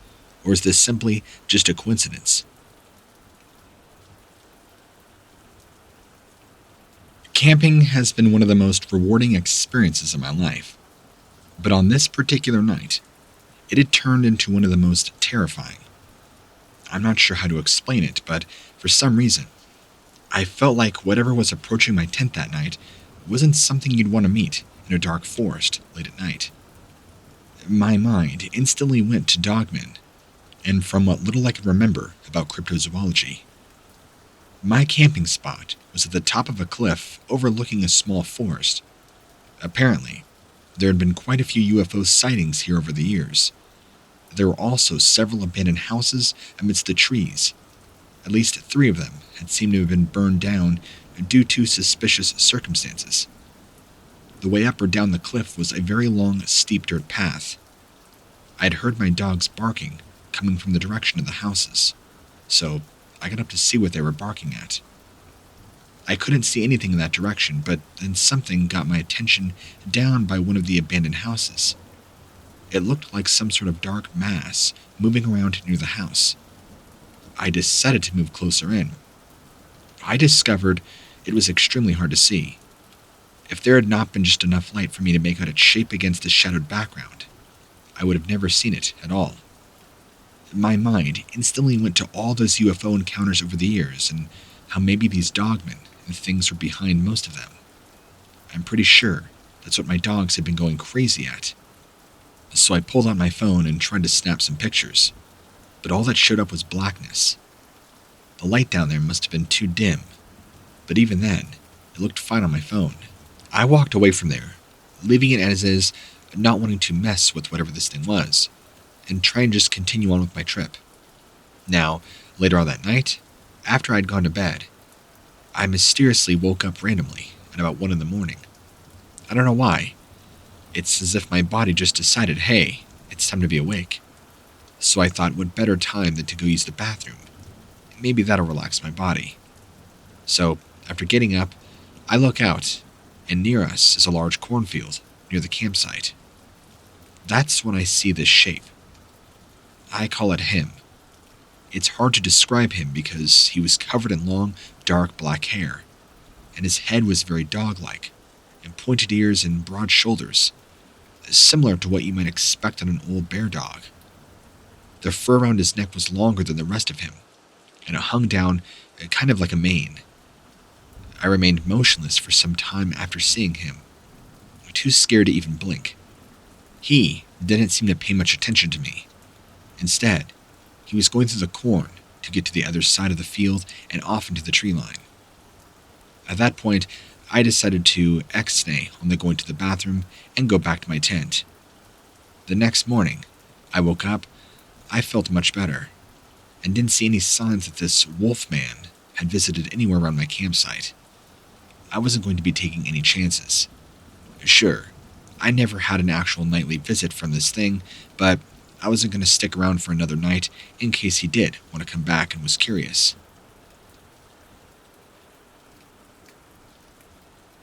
As a teenager, me and a few friends of ours were playing capture the flag in our campground. It was now beginning to get dark, and we were all getting tired, so we made our way back to my friend's camper. His dad was a really heavy smoker, so we did not want to go inside. It reeked of cigarettes. So we figured we would just sit around the campfire, eating hot dogs, s'mores, telling stories, and making jokes. A typical teenage boy behavior. But my friend pointed out something strange. About 30 feet away from us, near the woods by another camper. The environment wasn't that well lit at all, so excuse us, but it was a figure standing there. My friend pointed it out to me. He said, "Hey, look at that guy up there. He's kind of strange looking. I mean, why is he just standing there looking in our direction?" And I look, and my other friends look, and it's very weird.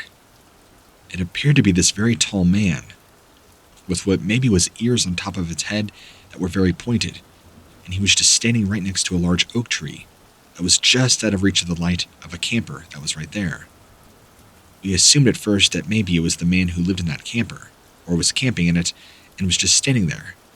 But he was kind of looking off in our direction.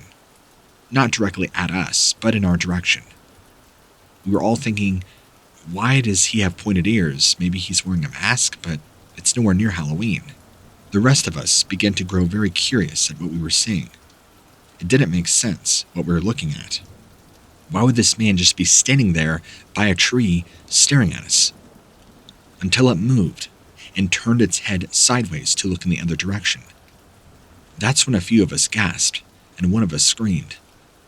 The silhouette of the shape was that of a large wolf head once it turned to its side, while the body stayed still, holding onto the large oak tree that was right near the camper, with a few of my friends saying, "Dude, is that a werewolf?" And of course, we're being 14, 15, and 16, there's no way werewolves exist. That just doesn't make sense. But either does what we're looking at. Sure, you could look at the possibility that this was maybe somebody in a costume, but the reasons behind it didn't make sense. It was nowhere close to Halloween. This person was very tall.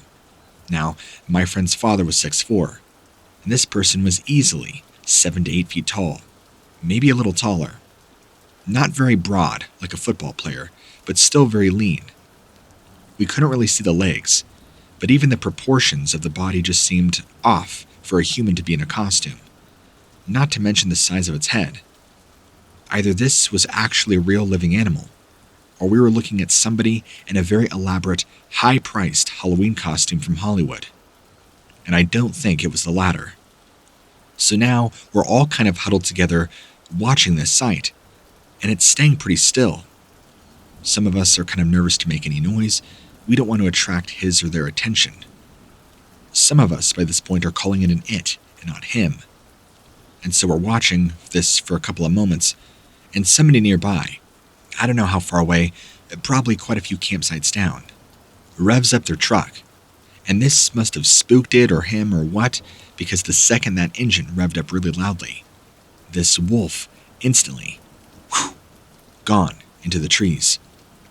It was so fast, it was like a blur.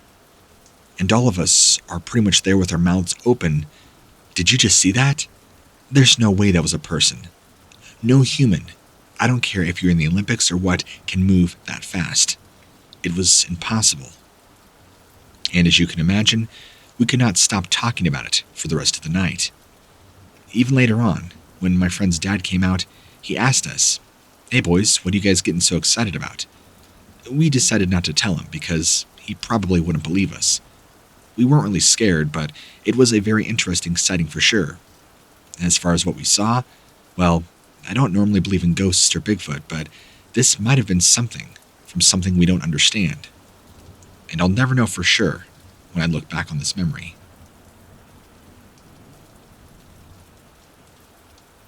Before I start my story, let me just say that I do have experience with the outdoors, camping, hiking, and all that nature stuff. I am aware of bears, how they kill, how they live, how they move, and judging by this experience, I'm pretty sure this was not a bear. Let me get to my story. So, we were up in Colorado. It was the fall time, and the morning is very chilly. So, I was up fairly early, splitting a lot of firewood, getting ready to have a nice warm campfire to cook breakfast on, have a nice hot coffee, etc. I split about a quarter cord or so and threw it in the back of my pickup. I wasn't ready to go back to camp yet, so I decided to try out my new chainsaw on some downed trees where I was working. I did this for about 2 or 3 hours, cutting up anything small enough for me to cut into pieces that would easily fit into the fire ring. It wasn't easy work, but I split wood full time, so I'm pretty efficient at it, and fast. This is why I was able to split up a quarter cord of wood so quickly. Plus, it's an amazing workout if you ever do it. So I get back to camp, get a fire going, and already, my friend Jason and his wife in the tent can smell the coffee brewing.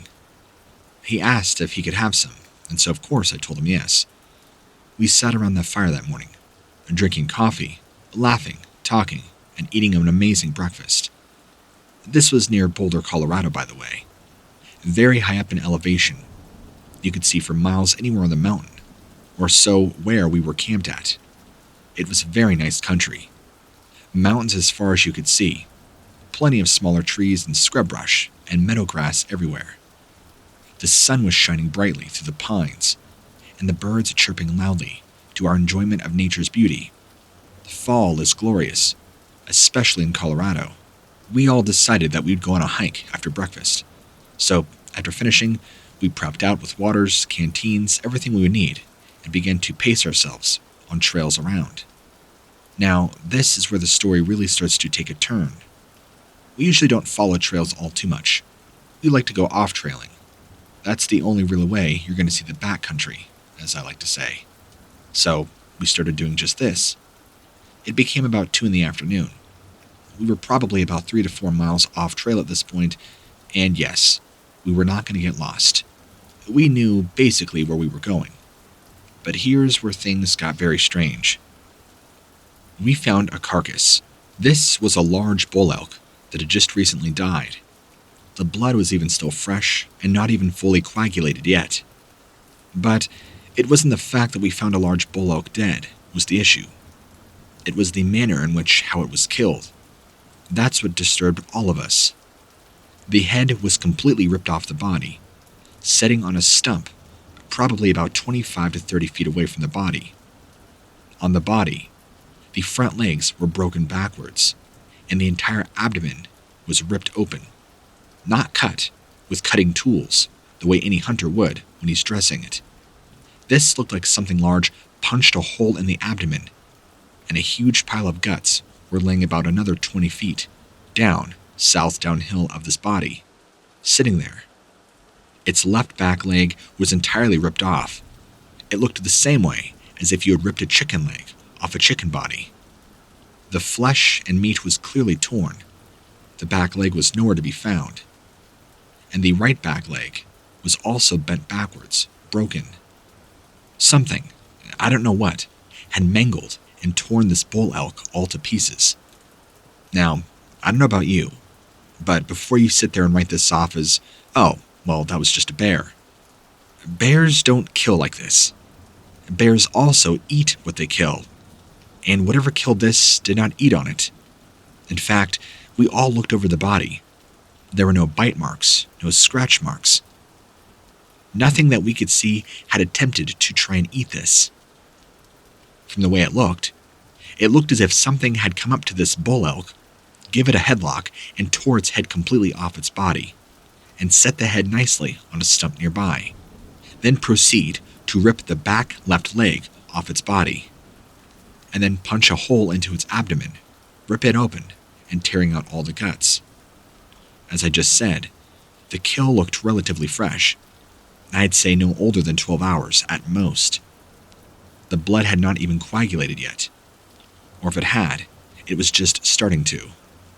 For whatever reason, none of us thought to take a picture. But I think it's because we were so deeply freaked out. And this wasn't deep in the forest. This was in a small meadow. A pretty large open clearing with a few trees and a couple of stumps here and there. The stump that this elk head was placed on was from an old fallen tree. Something deliberately set it there after ripping the head off. Now you tell me, What animal in the wilderness of Colorado has that kind of power, that kind of intelligence, and kills in this manner? What we saw matches up with nothing the way a deer eats or kills. This was also about 4 to 5 miles off trail, so pretty deep in the woods, I guess you can say, or on the mountainside. We didn't really go investigating any further after that. I think that was more than enough, so we headed back to the trail after that, and we could not stop talking about it. I wouldn't say we all got a bad feeling, but it was definitely disturbing to see an animal killed that way, something I'd never seen until that afternoon. I wish I could tell you that we had a pretty crazy eventful camping trip after that, but it was pretty normal, with that being the only thing that really stuck out to all of us. It still stands out to me this day as the craziest camping adventure I've ever been on. All in Colorado, of course. There's something out in the mountains out there, killing elk. What it's doing with them, I'll never know.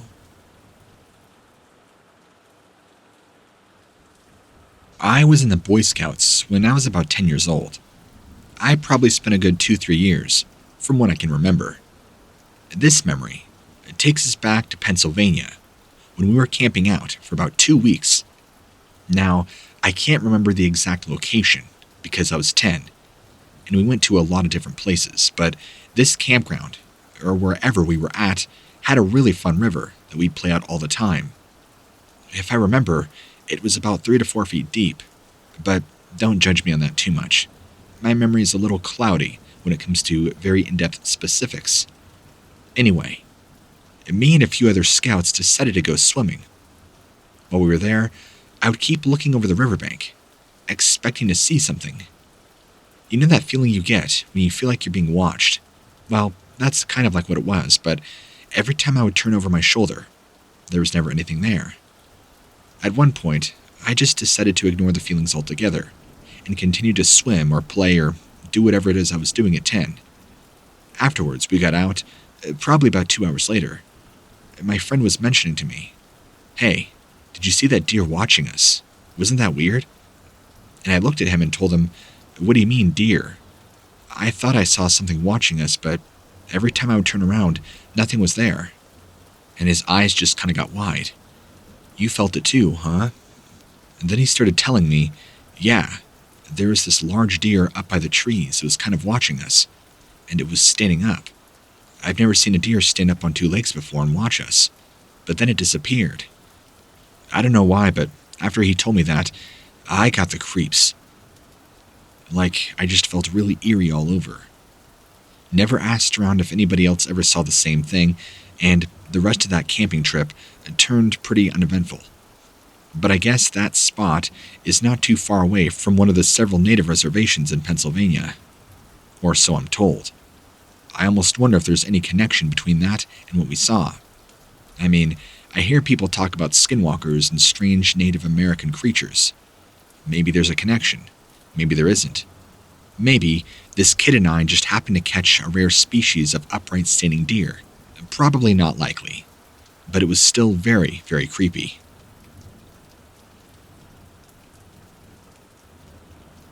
This was back in 1979, while on a church retreat, or what you would call a church camp, out in one of the national forests in northern Minnesota. This wasn't my own church. I was there with the Baptist church of about 45 people of all ages. Our camp was in a very remote location in the back of Beyond. It was only accessible by 4-wheel drive vehicles or snowmobiles during winter. The group I went was split up into 3 separate campsites. In total, there were around 15 people at my site, which consisted of a couple of tents and a fire pit that we had dug out to use for cooking, for warmth, or for cool night air. Our campfire died down pretty low before everybody decided it was time for sleep. Everybody in our respective tents went to sleep quickly. We were all tired from the daily activities, mostly the usual team-building stuff you do at church retreats. All but me laid down inside their tents. I was the youngest, so I got to sleep in a tent with my mom and 3 other church members, who were all older women. I recall falling asleep quickly that night too. I suddenly woke up to what sounded like some sort of large animal growling right outside. I woke up immediately, while lying down and still inside the sleeping bag. I remember looking around and everybody else was still very fast asleep, except for those who were on watch. They were sitting around the fire pit, I think some of the older beacons of the church, directly across from where we laid our tents. Not sure how long it took me to fall back asleep, but I remember I heard another one, and it was very loud. This time, I remember sitting up in my sleeping bag and peering out through the tent's entrance. The fire was pretty big, and our campfire emitted a great amount of light. I quickly turned back around to see if anybody else had heard what I had just heard, or was this all in my head? I saw a couple of the older beacons go in checking out the noise from the area in which the sound came from. I knew bears and stuff were out here, but I didn't think they roared like this. After seeing them walk away, I decided to go lay back down in my sleeping bag, thinking the situation will solve itself. Or something along those lines. Whatever an 8-year-old thinks. As I'm lying down, I can hear footsteps approaching our tent very quickly. And so naturally, I sit up and respond. Immediately, our tent flap opens, and it's one of the beacons who went and investigated the noise. He's as pale as a sheet and tells us, "Ladies, we all need to stay in our tents right now. There is an issue on camp. Just stay in your tents until it's safe." Only a couple of the women, including my mother, woke up to even respond to him. "What do you mean issue?" they had asked him. "We're not exactly sure ourselves, but for the time being, and for the sake of everybody's safety, we're just going to make sure that nobody goes out. If you need a bathroom break, be sure to let one of us know." After that, nothing else was said. He zipped up the tent, and I tried to roll back over and go to sleep, which I eventually did do. I woke up to my mom shaking me in the early morning.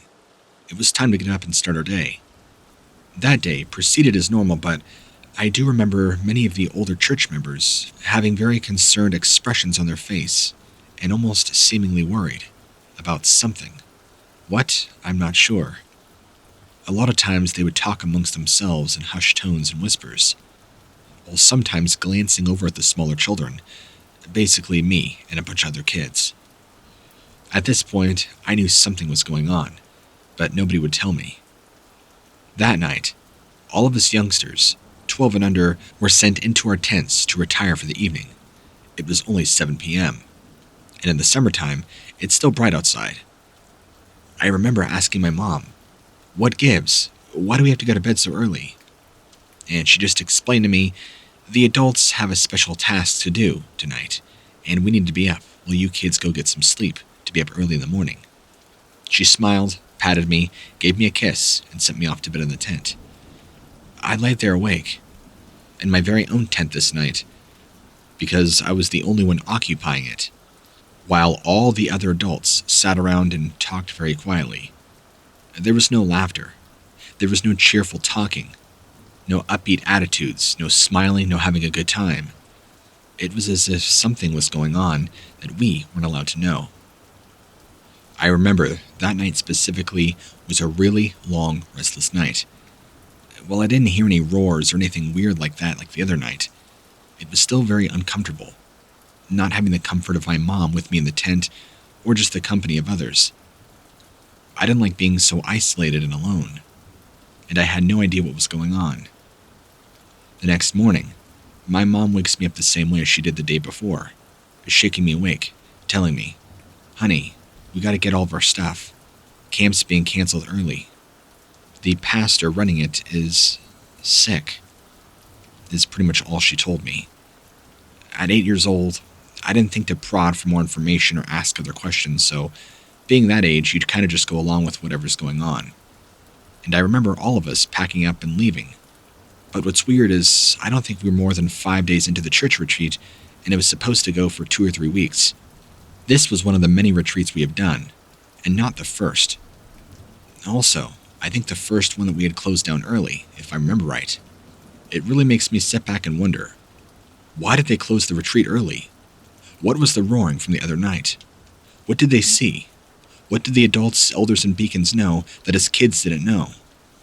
Those answers I never found out, unfortunately. Even as I got older, and I would bring up this event, my mom would still not speak about it. I don't know if she knew or how much she knew or what she was told, but she seemed uncomfortable talking about the subject and would either quickly change the subject or just not answer any questions I had at all. My mom unfortunately passed away at 17 due to breast cancer. I still never got answers. My mother passed away from breast cancer in 1988. I'm now 51, and I still never got the answers I needed. But I can tell you now, as an adult myself, there was something going on out there. Something fishy. Something they did not want the kids to know about.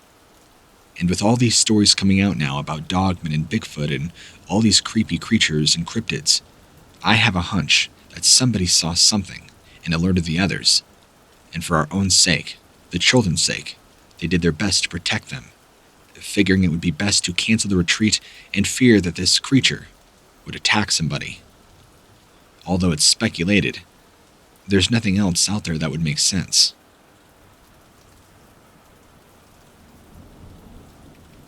We were not actually camping yet, but hiking. This was in 2005. Our family and I were hiking up in the Sierra Nevadas of California. We were heading up to a place that I can't remember the name of, but it was out in the desolate wilderness, on a road not too far away from a main road. I had a sighting of something that I don't know how to explain exactly, so I'll try my best to accurately depict it as much as my memory will allow me. It, I remember, was up in a tree, probably about 60 feet up. From far away, I thought it was an exceptionally large owl, but owls don't stare like what I saw did. And the closer I got, it looked to be more like a small human crouched down on all fours, holding onto this branch, staring at us. My first thoughts, and even pointing this out to my girlfriend, was, did somebody put some sort of stupid Halloween prop up in this tree? But then I saw its body and head move, and so that immediately threw that notion out the window. Due to the lighting and shading, I couldn't make out exact details, but I could see the overall figure, and the way this thing moved and shifted. It moved very robotically and stiff, and it was watching us very closely. I could see from even that distance that it had very large eyes, and it was just dark. I couldn't tell if it had hair or not, or how big it was, but just that it looked like a person holding onto the branch, crouched down. We were walking perpendicular to where this thing was, or a little ways off, so we'd end up walking closer to it. The closer we got to it, it actually ended up jumping from branch to branch the same way a monkey does, that same quick, very agile movement, while maintaining a stiff, rigid form, if that makes any sense. And while it moved like that, this certainly wasn't any monkey. There are no monkeys or primates that are native to California, at least that I'm aware of. And from what I saw, this thing did not have a tail. It was not swinging on the branches like an ape does. It simply just darted off from branch to branch to branch until it vanished. Me and my girlfriend were the only one that saw it. Not that it was that out of the way, but I just don't think that if you weren't looking for it, you weren't going to see it. And the only reason I saw it is I just happened to glance up in that area and see something out of place. And the closer we got to it, the more it appeared to be very out of place. And then, as we began getting closer, that's when I think it noticed us and started really moving away from us. So, can I sit here and tell you back what I saw 16 years ago? No, because frankly, I don't know. But I can tell you this, that it was weird, and I haven't seen anything like it since I've gone hiking up in the Sierra Nevadas, or anywhere in California for that matter. My girlfriend even doesn't know what to make of it. She thought it was really weird too. We didn't tell any more of our family, and we certainly didn't talk about it too much more. But we'll still bring it up every now and then, just because the memory is just so strange. When I was younger, I remember me, my brother, and my older sister would all go and spend a few weeks at my uncle's cabin. He lived off in the Gifford-Pinchot National Forest, which, if you're not familiar with the Pacific Northwest, it is in the state of Washington, surrounding the Mount St. Helens area. Again, if you're not familiar with Mount St. Helens, it was the infamous volcanic eruption that shook the world in 1980 Now, the Gifford Pinchot is a beautiful forest, known for all sorts of spelunking adventures, caving, tunnels and caverns formed in eons old cooling lava. There's even the infamous Ape Caves, which is a very popular tourist attraction. And of course, a tourist hotspot, the Pacific Crest Trail. But that's not all. The Gifford Pinchot is not only a very thick, dense forest, but is also home to many things like rivers, lakes, lots of fishing, lots of trout, coho and chinook salmon. There's also things like mountain goats, bobcats, black bear, elk, and plentiful amounts of deer. There's even been a handful of Sasquatch sightings all around. So as you can see, the Gifford Pinchot is quite the place, which made for a beautiful childhood growing up, spending a few weeks out in it at my uncle's house just about every June, as the forest is lush and thick with overgrowth, as it is always at the end of spring. My uncle lived pretty remotely, but he wasn't a mountain man. I guess, kind of. But he still bought food, had electricity, all that stuff. He just lived very remotely. My brother, my sister, and I would always go out and play in the woods. It was very cathartic for us as kids. And even thinking back to it is just nostalgia after nostalgia. Luckily, where my uncle's cabin was at, there wasn't a whole lot of yuppies or tourists. He had a lot of trails, actually, the game trails included, and we would always walk on them. Now, we didn't walk on them too much, but there was one main trail that led from the back of my uncle's cabin deep into the woods. And I don't think we ever reached the end of it, because it went several miles deep, and I think at one point or another, either connected to a river, a lake, or maybe one of the more popular trails. I don't remember. I would have to ask him. This was many, many years ago. But for this trail in particular, he always told us, and was very adamant in his warning, that we are to never go off this trail. We never understood why until one day. When we would ask, he would just tell us there's dangers that lie ahead, and we have to be careful. So one day, my brother, my sister, and I decided to go out on the same trail, just to see how far we can make it before turning around. We get maybe 2-3 miles. Of course, I'm guessing, because at that age, I didn't really know how to gauge distance at all, so it's just a wild guess. But we had spent a few hours walking in one direction before turning around. And my sister, being the oldest, gets the bright idea. Listen, I know our uncle said to not veer off the path, but what could he have meant by dangerous? Maybe we should see. And me and my younger brother were very impressionable, so we thought it was a good idea too. And we veer off the path completely, going down into the thicket. We spend maybe about 30 minutes down and we get to some blackberry bramble. Remember that in June, the blackberries are not ripe yet. That's not till about August. So at this point, there are all those red little premature blackberries that you can't eat. So we're trying to be really careful about where we're going. And out of nowhere, my sister stops us, shushes us, and tells us to listen. We can hear a voice calling us, calling all of our names. And she looks at me very intently. I'll never forget her face. Do you hear that? I remember telling her, yeah. And I looked over at my brother. He was petrified. The voice was of our uncle's, except instead of back the way we came, where it should be coming from, it was the way we were going, which was deeper into the forest. And another thing, it sounded like him, but it did not sound exactly like him. I don't know how to describe it, it was just different. Like maybe somebody trying to imitate him. And it was calling all of our names, asking us to come here. You could tell it wasn't too far away. But this instantly creeped me, my brother, and my sister out. And my sister was the first one to mention it. We need to go back, guys. I just have a really bad feeling. We weren't one to argue. We quickly turned around and probably made it back to the trail in 15 minutes. By the time we got back to the trail, we didn't hear the voice calling our names anymore. We decided that maybe now would be a good time to take a quick rest and head back to the cabin, just in case that was really my uncle and maybe it was just the sound of the forest distorting him and then distorting the direction which his voice came from. We figured that was more plausible than somebody actually being out there, imitating him. So we get back to his cabin. It's probably closer to 3 or 4 p.m., and he was outside waiting for us, smoking his tobacco pipe, He takes one look at all of us and says, "You didn't listen, did you?" We didn't even say anything. He just gets up from his rocking chair and begins to chew us out and scold us like little kids. "I told you three to never veer off that path. You didn't listen to me. You're lucky nothing bad happened, because it could have, really quick. What did you see?" Neither my brother or I spoke up, but my sister instead did, telling him, "We thought we heard your voice, Uncle. But it's confusing because we heard you deeper in the forest, and..." Before she could even finish her sentence, he cut her off. "You listen to me good.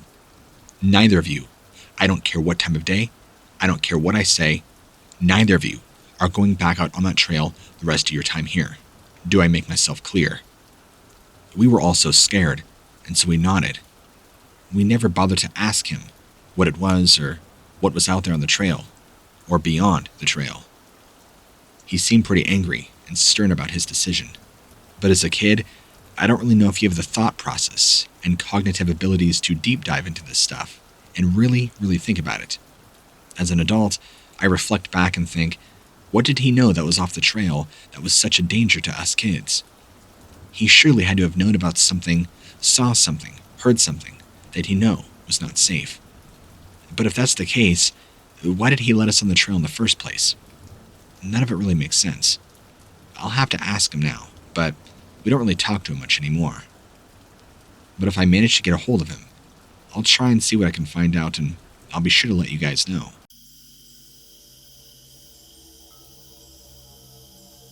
This happened back in September of 2017. Me and a good buddy of mine went camping at Lake Murray, Oklahoma. The place happened to be dark, very dark, where we were camping. And me and him, while setting up the tent, since we kind of got there a little later than normal, saw something that freaked both of us out. At first, it appeared to be just some sort of shadow, but it was moving. We also both noticed how unusually tall it was. And at first, my friend and I both kind of bantered back and forth if it was a person, maybe it was a park ranger, we didn't know. But the figure was moving very, very strangely. We couldn't really discern whether it was coming towards us or going deeper into the woods, or even going left and right. It was kind of swaying back and forth, and maybe after a few moments of watching it, or him, or whoever it was, we came to the conclusion it was probably just somebody who was drunk. So we ignored it, went back to setting up our tent, and that was that. My friend and I shared the same small tent, so we climbed inside, getting ready to shut down for the night. But that's when we started hearing some strange growling noises, if that's what we could even call them. My friend and I both looked at each other, with the same kind of "did you hear that" expression on our face. We grabbed our military-grade flashlights, turned them on, and walked outside the tent. We shined them both in that direction that we saw this thing before, but we didn't see it. And at the time, you have to remember, we both were convinced it was a person, a drunken person. And I guess, in our minds, we thought this person was about to stir up some trouble. We weren't about that. So we started shining our lights around, and not too far off were these small little beads of light. They would turn out to be red eyes of whatever this thing was. So we shined a light on it. We could see the tiny little beads of light. And then this being, and I say being because I don't know what it was, stood up. And we could tell it was some sort of wolf creature, covered in this long, dangly fur, matted almost. It looked disgusting. I swear, this thing, whether it was a person in a costume or not, looked completely savage. My friend and I both shut off the light and scurried back in our tent, completely crapless. And I say that because, well, we pretty much emptied our pants right then and there after seeing this thing. What's also really weird is the night went completely silent after that. The crickets now seemed to be dead, There wasn't any noise. You could hear a pin drop outside of her tent. It was eerily quiet. My dad's been a long-time hunter, and he always used to tell me, be careful when the woods go quiet. It generally means there's a large predator nearby. Now, I don't know if that has anything to do with what we experienced, but something definitely happened. Something that has bothered me. It took a while for us to fall asleep. I don't think I fell asleep for a few more hours, but we never heard anything come near our tent, and the rest of the night stayed completely silent. I still don't know exactly what that creature was that we saw. I say creature because I'm convinced it was not somebody in a costume. This looked like a real-life creature, or animal, whatever. We got up in the morning and both agreed to dismantle our tent, pack it up, and maybe go somewhere else.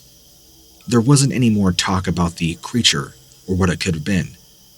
We just accepted it for what it was and moved on with our life, like many people who submit stories to you should probably do. Also, when we were dismantling our tent, I didn't try and take any time looking for tracks or anything out of place or out of the ordinary. I didn't smell, see, or hear anything out of the ordinary either.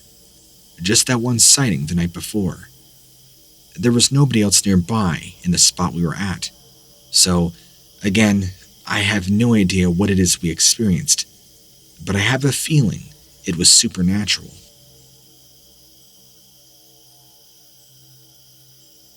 I believe I saw something that wasn't human back in July of 2017 while camping with my family in Mississippi. The area, as it turned out, was pretty dark at night. Imagine that. But usually with moonlight. This area, in which I've camped before with my family, is pretty bright. I guess those are only the nights that I remember that actually had full moonlight. This night, there was practically no moon visibility, so it was a little more eerie. Our camping was pretty ghetto too. We didn't have a fancy RV. We just kind of camped in the back of my parents' car. And as we're sitting there, lying down, trying to go to sleep, remember it's probably about 10:30 p.m., and we hear this soft sound coming from outside the car. At first, my sister and I started to hear it. I don't think my parents did. It kind of resembled this soft whispering noise, but then quickly turned into this grunting sound. My sister and I sat up, looking out the window to see what made the noise. We didn't see anything, but at that moment, we noticed both our parents snoring away. They must have been exhausted from the drive. A minute later, we see this wolf-like creature walking in front of our car, and it turned and looked directly into the car, right at my sister and I. We both covered our mouths in unison, trying our best not to scream. After all, we didn't want to wake up Mom and Dad. This thing was tall and had very long back-bent legs. It didn't appear to walk fast, but I guess it spotted us and then just decided to walk off, casually, like nothing ever happened. Like what it had just did was business as usual. See, I never believed this sort of stuff until now. But when I saw what this thing looked like, I couldn't believe my own eyes. I don't want to use the term werewolf. That sounds so ludicrous. And I know for sure this wasn't some prankster wearing a costume, trying to convince people he was scary. This was some upright walking dog, I guess, since that's pretty much what it looked like. Yeah, it was freaky. Scared the hell out of me and my sister. My sister and I both just kind of held each other after that, shortly after it walked away. We did our best to try and fall asleep, and at some point we did. The next morning, my parents awoke, asked us how we slept, and we both agreed and said everything was fine. We never told our parents. Even still to this day, they don't know what happened. After that morning, we drove to the next camp spot. That is hands down the only out-of-the-ordinary experience I've ever had in my entire life.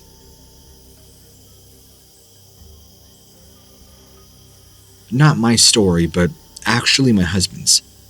He's not too good at writing, so he told me this story multiple times and sat down with me as I wrote it out for him. Now, this was back in 2014, and my husband is quite the fisherman. Not so much anymore with the whole pandemic, but he used to go out all the time, when he could. My husband at this point in time was fishing down out of New Orleans. He has extended family down there, and so he uses that as an excuse to fish. Well, he tells me he was fishing at this lake, and he kept getting this sensation that someone or something was watching him. After ignoring it for quite some time, maybe 30 to 40 minutes, he finally got sick of it, started looking around for the source of these feelings. When off to his left, maybe no more than 100 yards away, right in the tree line, was this large black figure. My husband claimed it had to have easily been around 9 feet tall, and was massively wide, like the size of a linebacker on steroids. My husband got so terrified, he packed up right then and there, and just left without saying anything. Now, he's not exactly sure what the figure was, but has tried to convince me over and over again there's no way this could have been a person. It was far too big and far too bulky. Even though, due to the daytime and where the sun was in the shade, you couldn't see much details, but the silhouette of whatever this thing was pretty clear, and he could tell that it was humongous. Who knows how long this thing had been sitting there at the tree line, watching my husband fish. It kind of gave me the creeps when he told me about it, especially considering my husband isn't a storyteller. Sure, he'll tell stories of his fishing stuff, but not like this. He was genuinely scared when he got back from his trip and began to tell me what had happened. I guess when he told some of his extended family about what he saw, they were just like, "Yeah, those are called wood boogers. We have them all around here in the woods. You gotta watch out. Some of them aren't so friendly." So I'm guessing that what my husband possibly encountered was a Bigfoot. We're a couple that has never paid any mind or interest in that whole field of Bigfoot or Sasquatch, whatever you call it. So it's completely new territory for both of us. While I'm still skeptical, to say the least, my husband sure is a believer that that is what he saw, since he ruled out that there's no way at all it could have been a human, unless humans somehow get to around 400 to 500 pounds and 9 feet tall. Oh, I also want to add this. The spot at which he was fishing is pretty isolated. He said that there's no reason there should have been anybody else out there. To get out there, it's quite a drive, and a lot of brush and wilderness around is very thick, also very dangerous. The figure, even though it was technically at the other side of the lake, the portion of the lake he was at had a very short distance to the other side, which means that whatever this figure was had to have been and had to have come from a deeper portion of the woods, further into the swampy wilderness.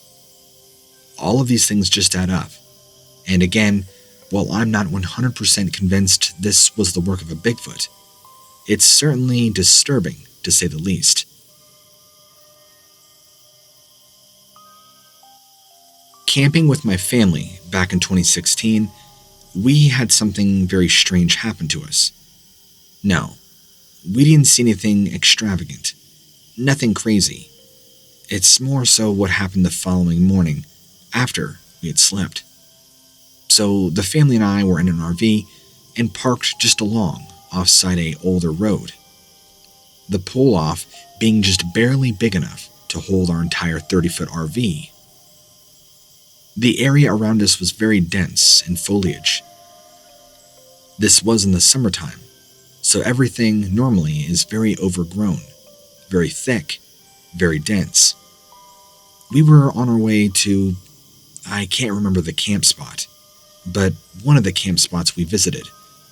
Sometimes in the summer, we would kind of route around to different camp spots, spend a day or two here, move to the next one, spend a day or two there, move to the next one.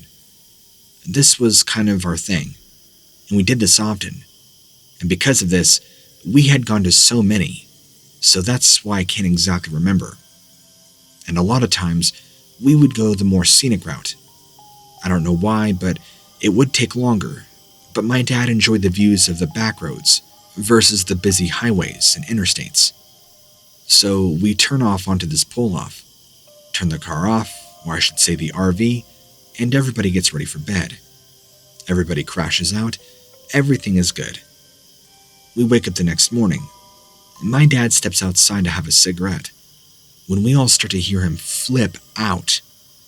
Now, we're all kind of frightened because we have no idea why he could be so scared. So we go outside, and he's kind of half terrified, half pissed. On the back side of the RV were these massive dents in the side. It looked like something big, like a silverback gorilla, had punched dents all along the back and the side of the RV. We were kind of all in shock and awe, wondering what happened. We had just refueled the evening before, and these weren't here. Nobody hit us. We had been driving. So where did these massive dents come from? Did they come from something or someone overnight? And if so, how did we not wake up to them? These are questions all of us asked each other, wondering, are we going crazy? Have these been here all along and we just never happened to see them?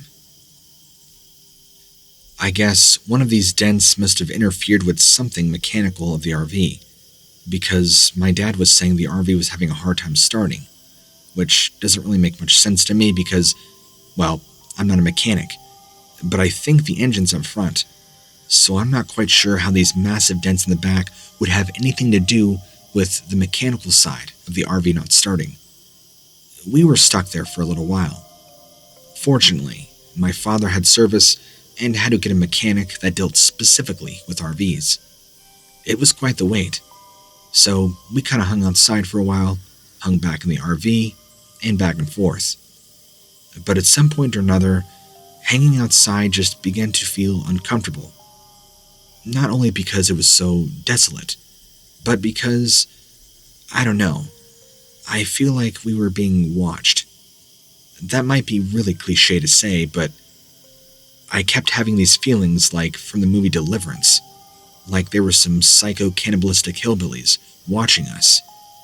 That's probably completely wrong, but either way, I began to feel really uncomfortable outside. That feeling of being watched just wouldn't go away, although I looked multiple times and I never saw anybody or anything. In fact, I don't think we ever saw another soul on that road the entire time we were there, nor did we ever hear a car go by. Eventually, about noon or 1 p.m., the mechanic showed up. We got things taken care of, although I don't know what happened, but that's irrelevant. The RV started again, and we were all good to go, and we got out of there. Now, as far as the massive dents go, it looked like the Hulk had punched about 4 or 5 really big dents in the back of the RV and on the side. My question is again though, how did that happen without anybody not waking up? The amount of force that would take and the sound it would create would be massive. Maybe you can help me solve this one.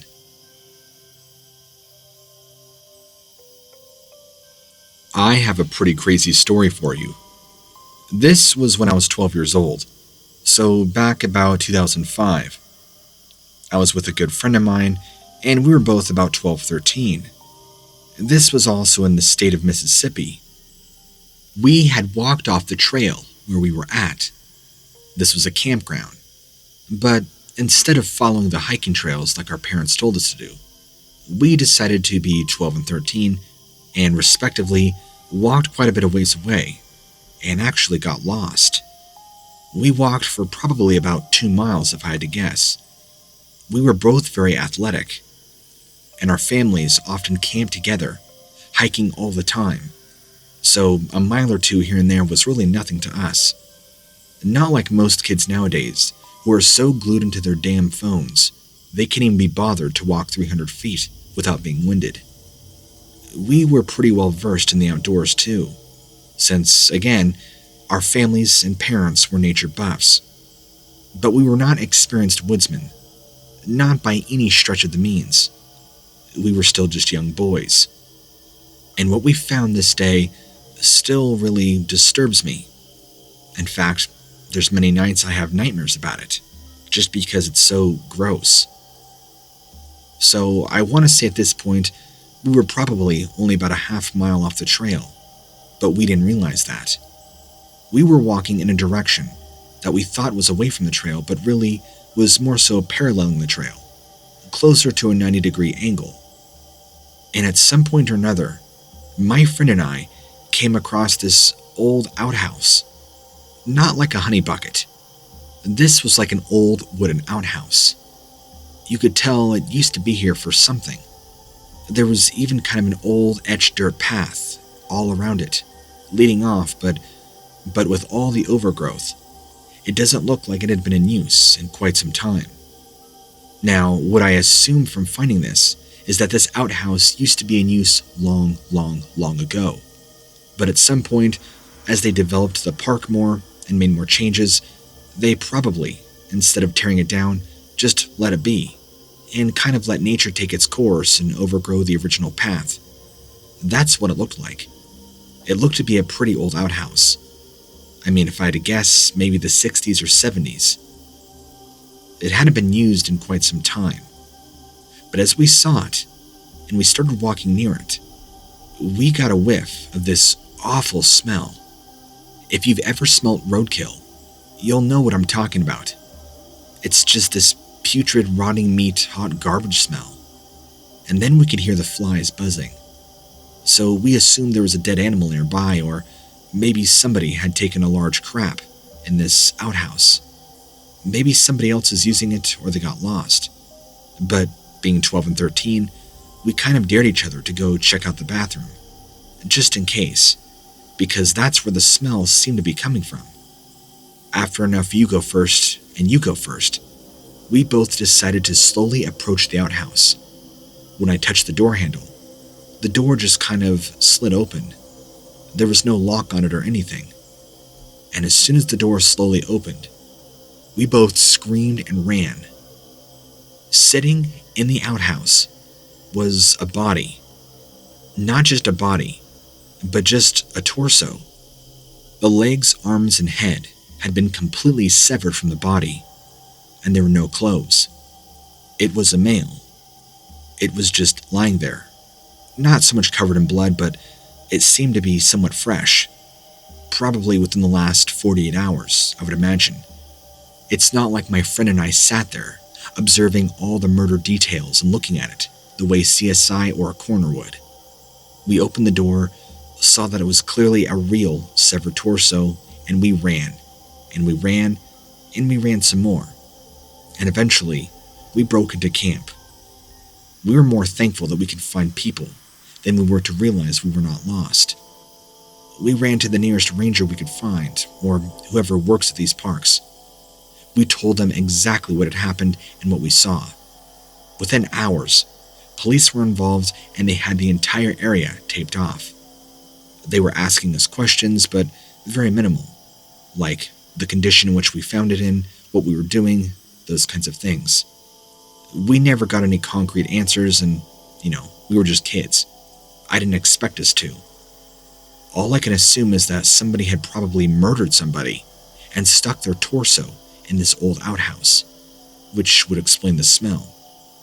Now, whatever said person did with the head, arms and legs, that I don't want to know about. But the fact that there was a murderer, a serial killer, probably nearby us the whole time we camped, that disturbs me more than what my friend and I found. My friend and I don't really talk about it much to this day. In fact, we don't really talk a whole lot anymore at all. Not because of what happened, but just because of life and the pandemic, and you kind of just go your own separate ways. But we still do talk from time to time. The last time we talked about it was probably 2 years ago. We still have no idea who did this or what, but are both convinced there was a serial murderer out there. And maybe, just maybe, we could have been next.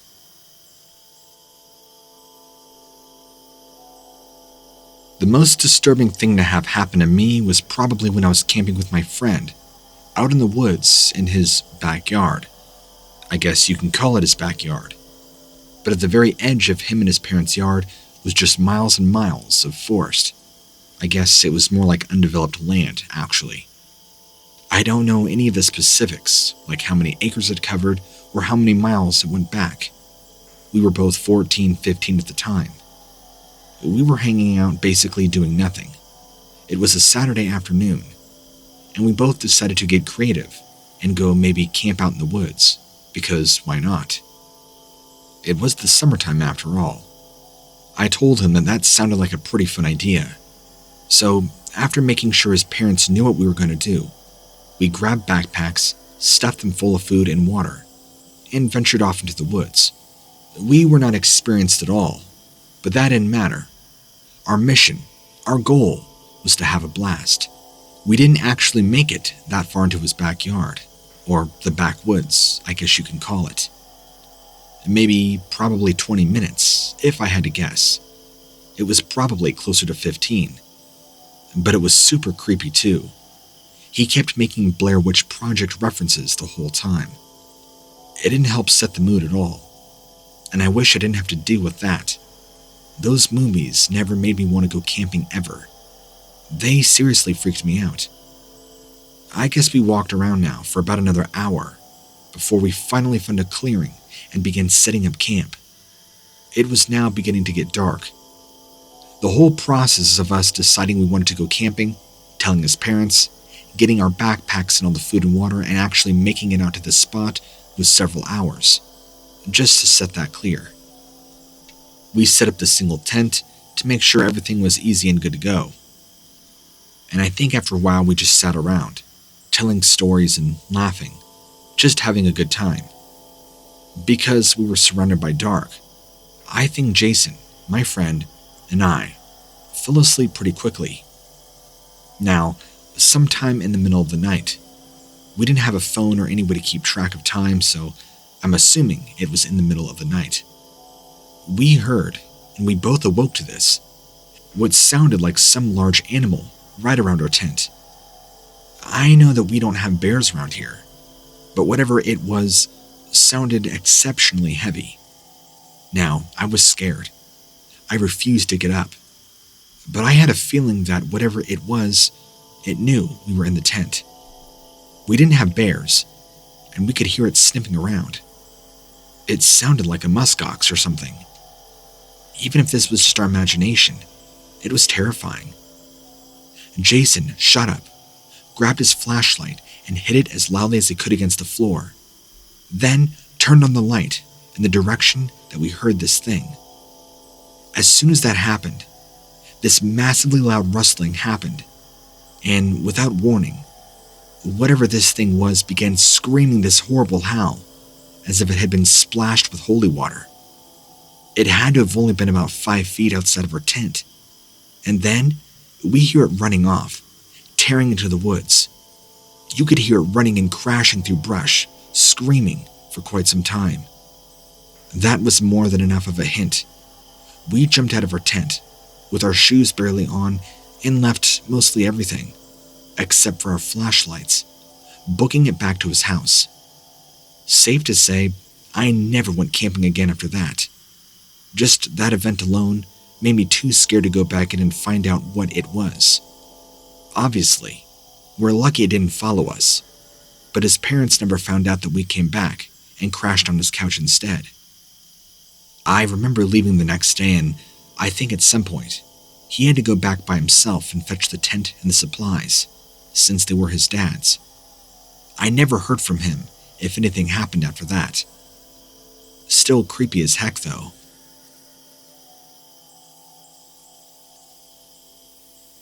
Sometimes, the scariest things don't have to be full of bells and whistles. In fact, that's what happened, and it should have been impossible. There is no reason or plausible explanation, no matter how hard you look at it. A few years ago, I went hiking with my girlfriend, Casey, and we got caught in a storm. We are used to wind and rain, but this was unreal, completely unexpected. We made the decision to carry on and to try to find somewhere to find shelter and stay until the storm had passed. We were real deep into the forest. We were worried if we didn't find somewhere safe, we might be injured. As luck would have it, we stumbled across an old hut. It looked like maybe something hunters used, an old deer blind perhaps, but it was shelter, and that was what we needed. We've hiked and camped through all sorts before, but this was another level. The wind and rain battered against the sides of the hut, and as we huddled together for warmth, thankful that although the place was empty, it didn't seem as if it was used much. It was at least intact. I say hut, but this was a very crude makeshift shelter. There was no way of getting warm. We didn't have a change of clothes, but at least we weren't getting any more wet. Thankfully, we had flashlights, so at least we weren't in total darkness. The inside of the blind was pretty clean. It seemed whoever had used it at least tidied up after themselves. And at some point, as we began to dry out a little, the night drew, and we both began to drift off. I woke around 4 a.m. with a very stiff neck. I attempted to change positions and stretch a little. I woke Casey, who of course grumbled at me. It seemed the storm was coming towards an end. The wind certainly had eased. We both stood up, stretching our legs, attempting to shake out some of the cricks, when we heard a noise that terrified the both of us. Not a howl or a gunshot, a scream or anything cliché like that, but just as utterly shocking. There was a knocking, a 3 rap, knock, knock, knock, very precise and clear. We had seen nobody on the trail, no sign of any sort of life as we hiked. It was pitch black outside, and although the storm had thankfully dissipated, we could still hear the rain drumming down on the roof, although softly. We stared at one another for a moment and then both in unison called out hello. We waited, but there was nothing. We looked at each other again, Casey now shaking her head, but I had to know. I grabbed a flashlight and opened the door, only to be greeted by nothing. We didn't sleep anymore that night. We simply waited for the sun to rise, then hightailed it out of there. Only before we left, I had a quick look around. Now, I'm a hiker and a camper, not a hunter, not a tracker. I couldn't see any signs of anything having been there, other than us. Our muddy footprints led up to the blind, nothing else. There were no obvious animal tracks, although I don't know what kind of animal is able to politely and precisely rap on a door like that. We headed back through the trail to the truck. Never saw anyone else, ours still being the only vehicle in the lot. We'll never know who or what knocked on that door. Maybe that's for the best.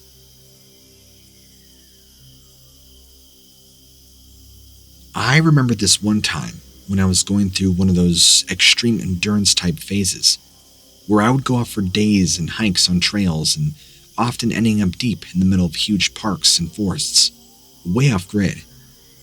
I always went alone. I had a higher powered job that caused me no end of stress, and I saw those adventures as not only good for my body after being chained up to my desk, but also good for my mind. On this particular trip, I was planning on being out for 3 days. I was about halfway through day 1, deciding on the map how much further to go before finding somewhere else to make camp. The woods here were really dense, trees as far as the eye could see, so really any available clearing would do, or I would be looking at sleeping in some branches. Just as I was looking around, I heard a familiar voice say hello. At first, I thought I must be imagining it, although the trails I used aren't exactly out of bounds. They tend to be more off the beaten track, and therefore, it is far more unlikely that I bump into another human, which is just the way I like it when I'm decompressing. I turn around and see this guy, just a totally regular dude, dressed in a similar fashion, comparable in height and structure even. "Mind if I join you for a bit?" he had asked. I did mind, but figured there couldn't be any harm in it. We'd plow on for a while, and then once I found somewhere suitable, I'd bid him farewell and set up camp alone. I was there to unwind and not make a buddy. He'd made some small talk, and I mumbled some replies, picking up speed and hoping he'd get the hint. There wasn't really much of a path, and soon it became one person wide, so I went ahead, he following behind, still muttering occasionally. I'm not honestly sure when I noticed that he was no longer there. We'd been on the straight and narrow, a single-person track, for quite some time, so when I turned around, even if he was no longer right behind me, which he wasn't, I should have been able to see him still in the track.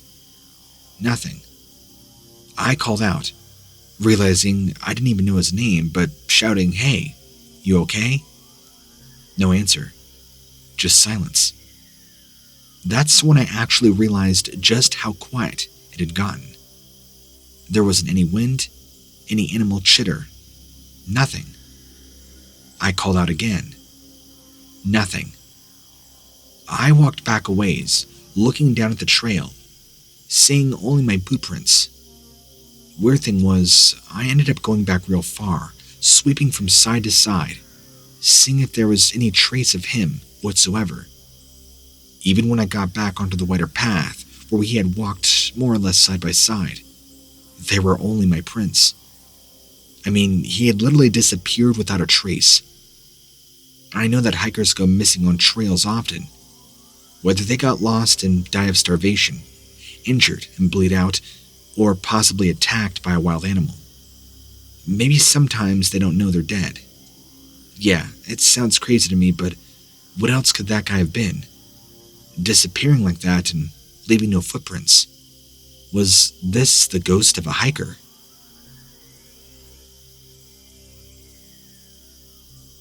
Next time you're watching one of those true crime type shows on Netflix, and you scoff and think that could never happen to me, just sit there for a moment. Think about my story. This occurred back in 2019, whilst I was out hunting boar. I had headed out really early since they tend to be pretty active in the early morning hours. It was a place I'd been to many times before, not just for a few years. Nothing much seemed to have changed though, as was to be expected. Normally, I feel a sense of peace when I'm out there. Excitement too, as the adrenaline of the hunt kicks in. But also, I find being in the woods relaxing.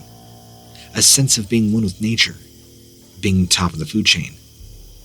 I don't tend to mess with the big guys like stags or bears, but a good-sized boar makes me feel powerful, and it makes a darn fine casserole.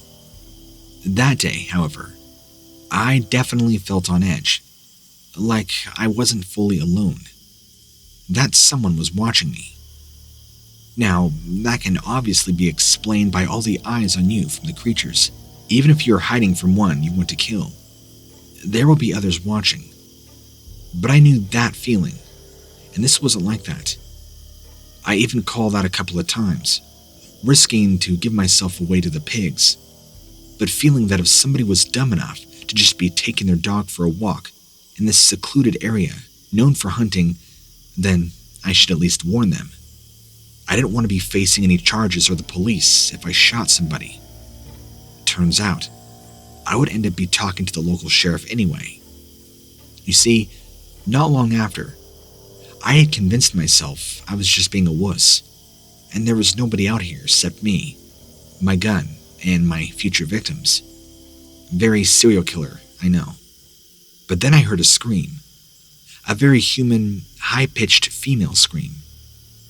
Just as I was whipping around to see if I could get a sense of where it might have come from, There was one singular gunshot.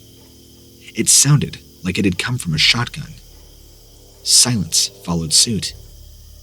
I stood stock still, my own shotgun locked and loaded, ready to shoot first and ask questions later if anybody came running out of the trees. I must have just stood there waiting for around 30 minutes, or it felt like that long, before I finally decided it was safe enough to run to my truck and get out of Dodge.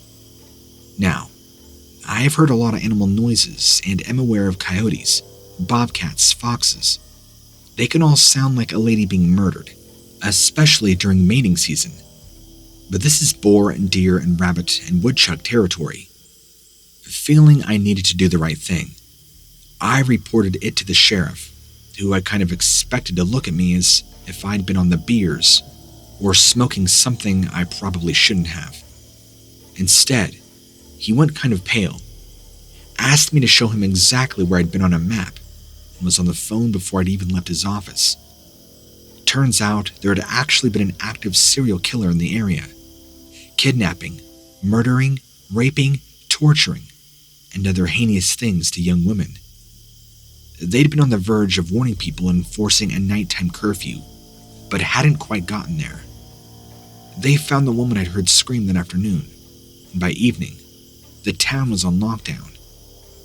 I had to go back to the sheriff to make my statement. Afterwards, he filled me in on a little bit more information. The Deep Woods Killer, as they name him, so far had 5 victims, the 5th being that woman I heard. 1, 2, 3, and 4 had a pattern. He kidnapped this girl, took her somewhere where they might encounter just one other person, always in the woods near somewhere he typically spends time. The woman would scream. He'd kill her, hunt and fish, would come to see what happened, and then kill them too. It suddenly dawned on me what that meant. I probably should have been victim number 6.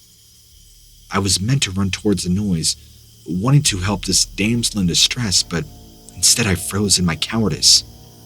I could have saved her life. I watched the news and did a ton of internet research, looking for cases, but I never saw anything. My guess is that they wrapped it up and hid it. From what I was told, and from what I understand, there are many serial killer cases that we will never know about because they are covered up so quickly. A lot of it due to the incompetence and covering up mistakes of local PDs because they didn't react fast enough where lives could have been saved. They covered up to save their own butt. Still, makes you wonder just how many serial killers are out there.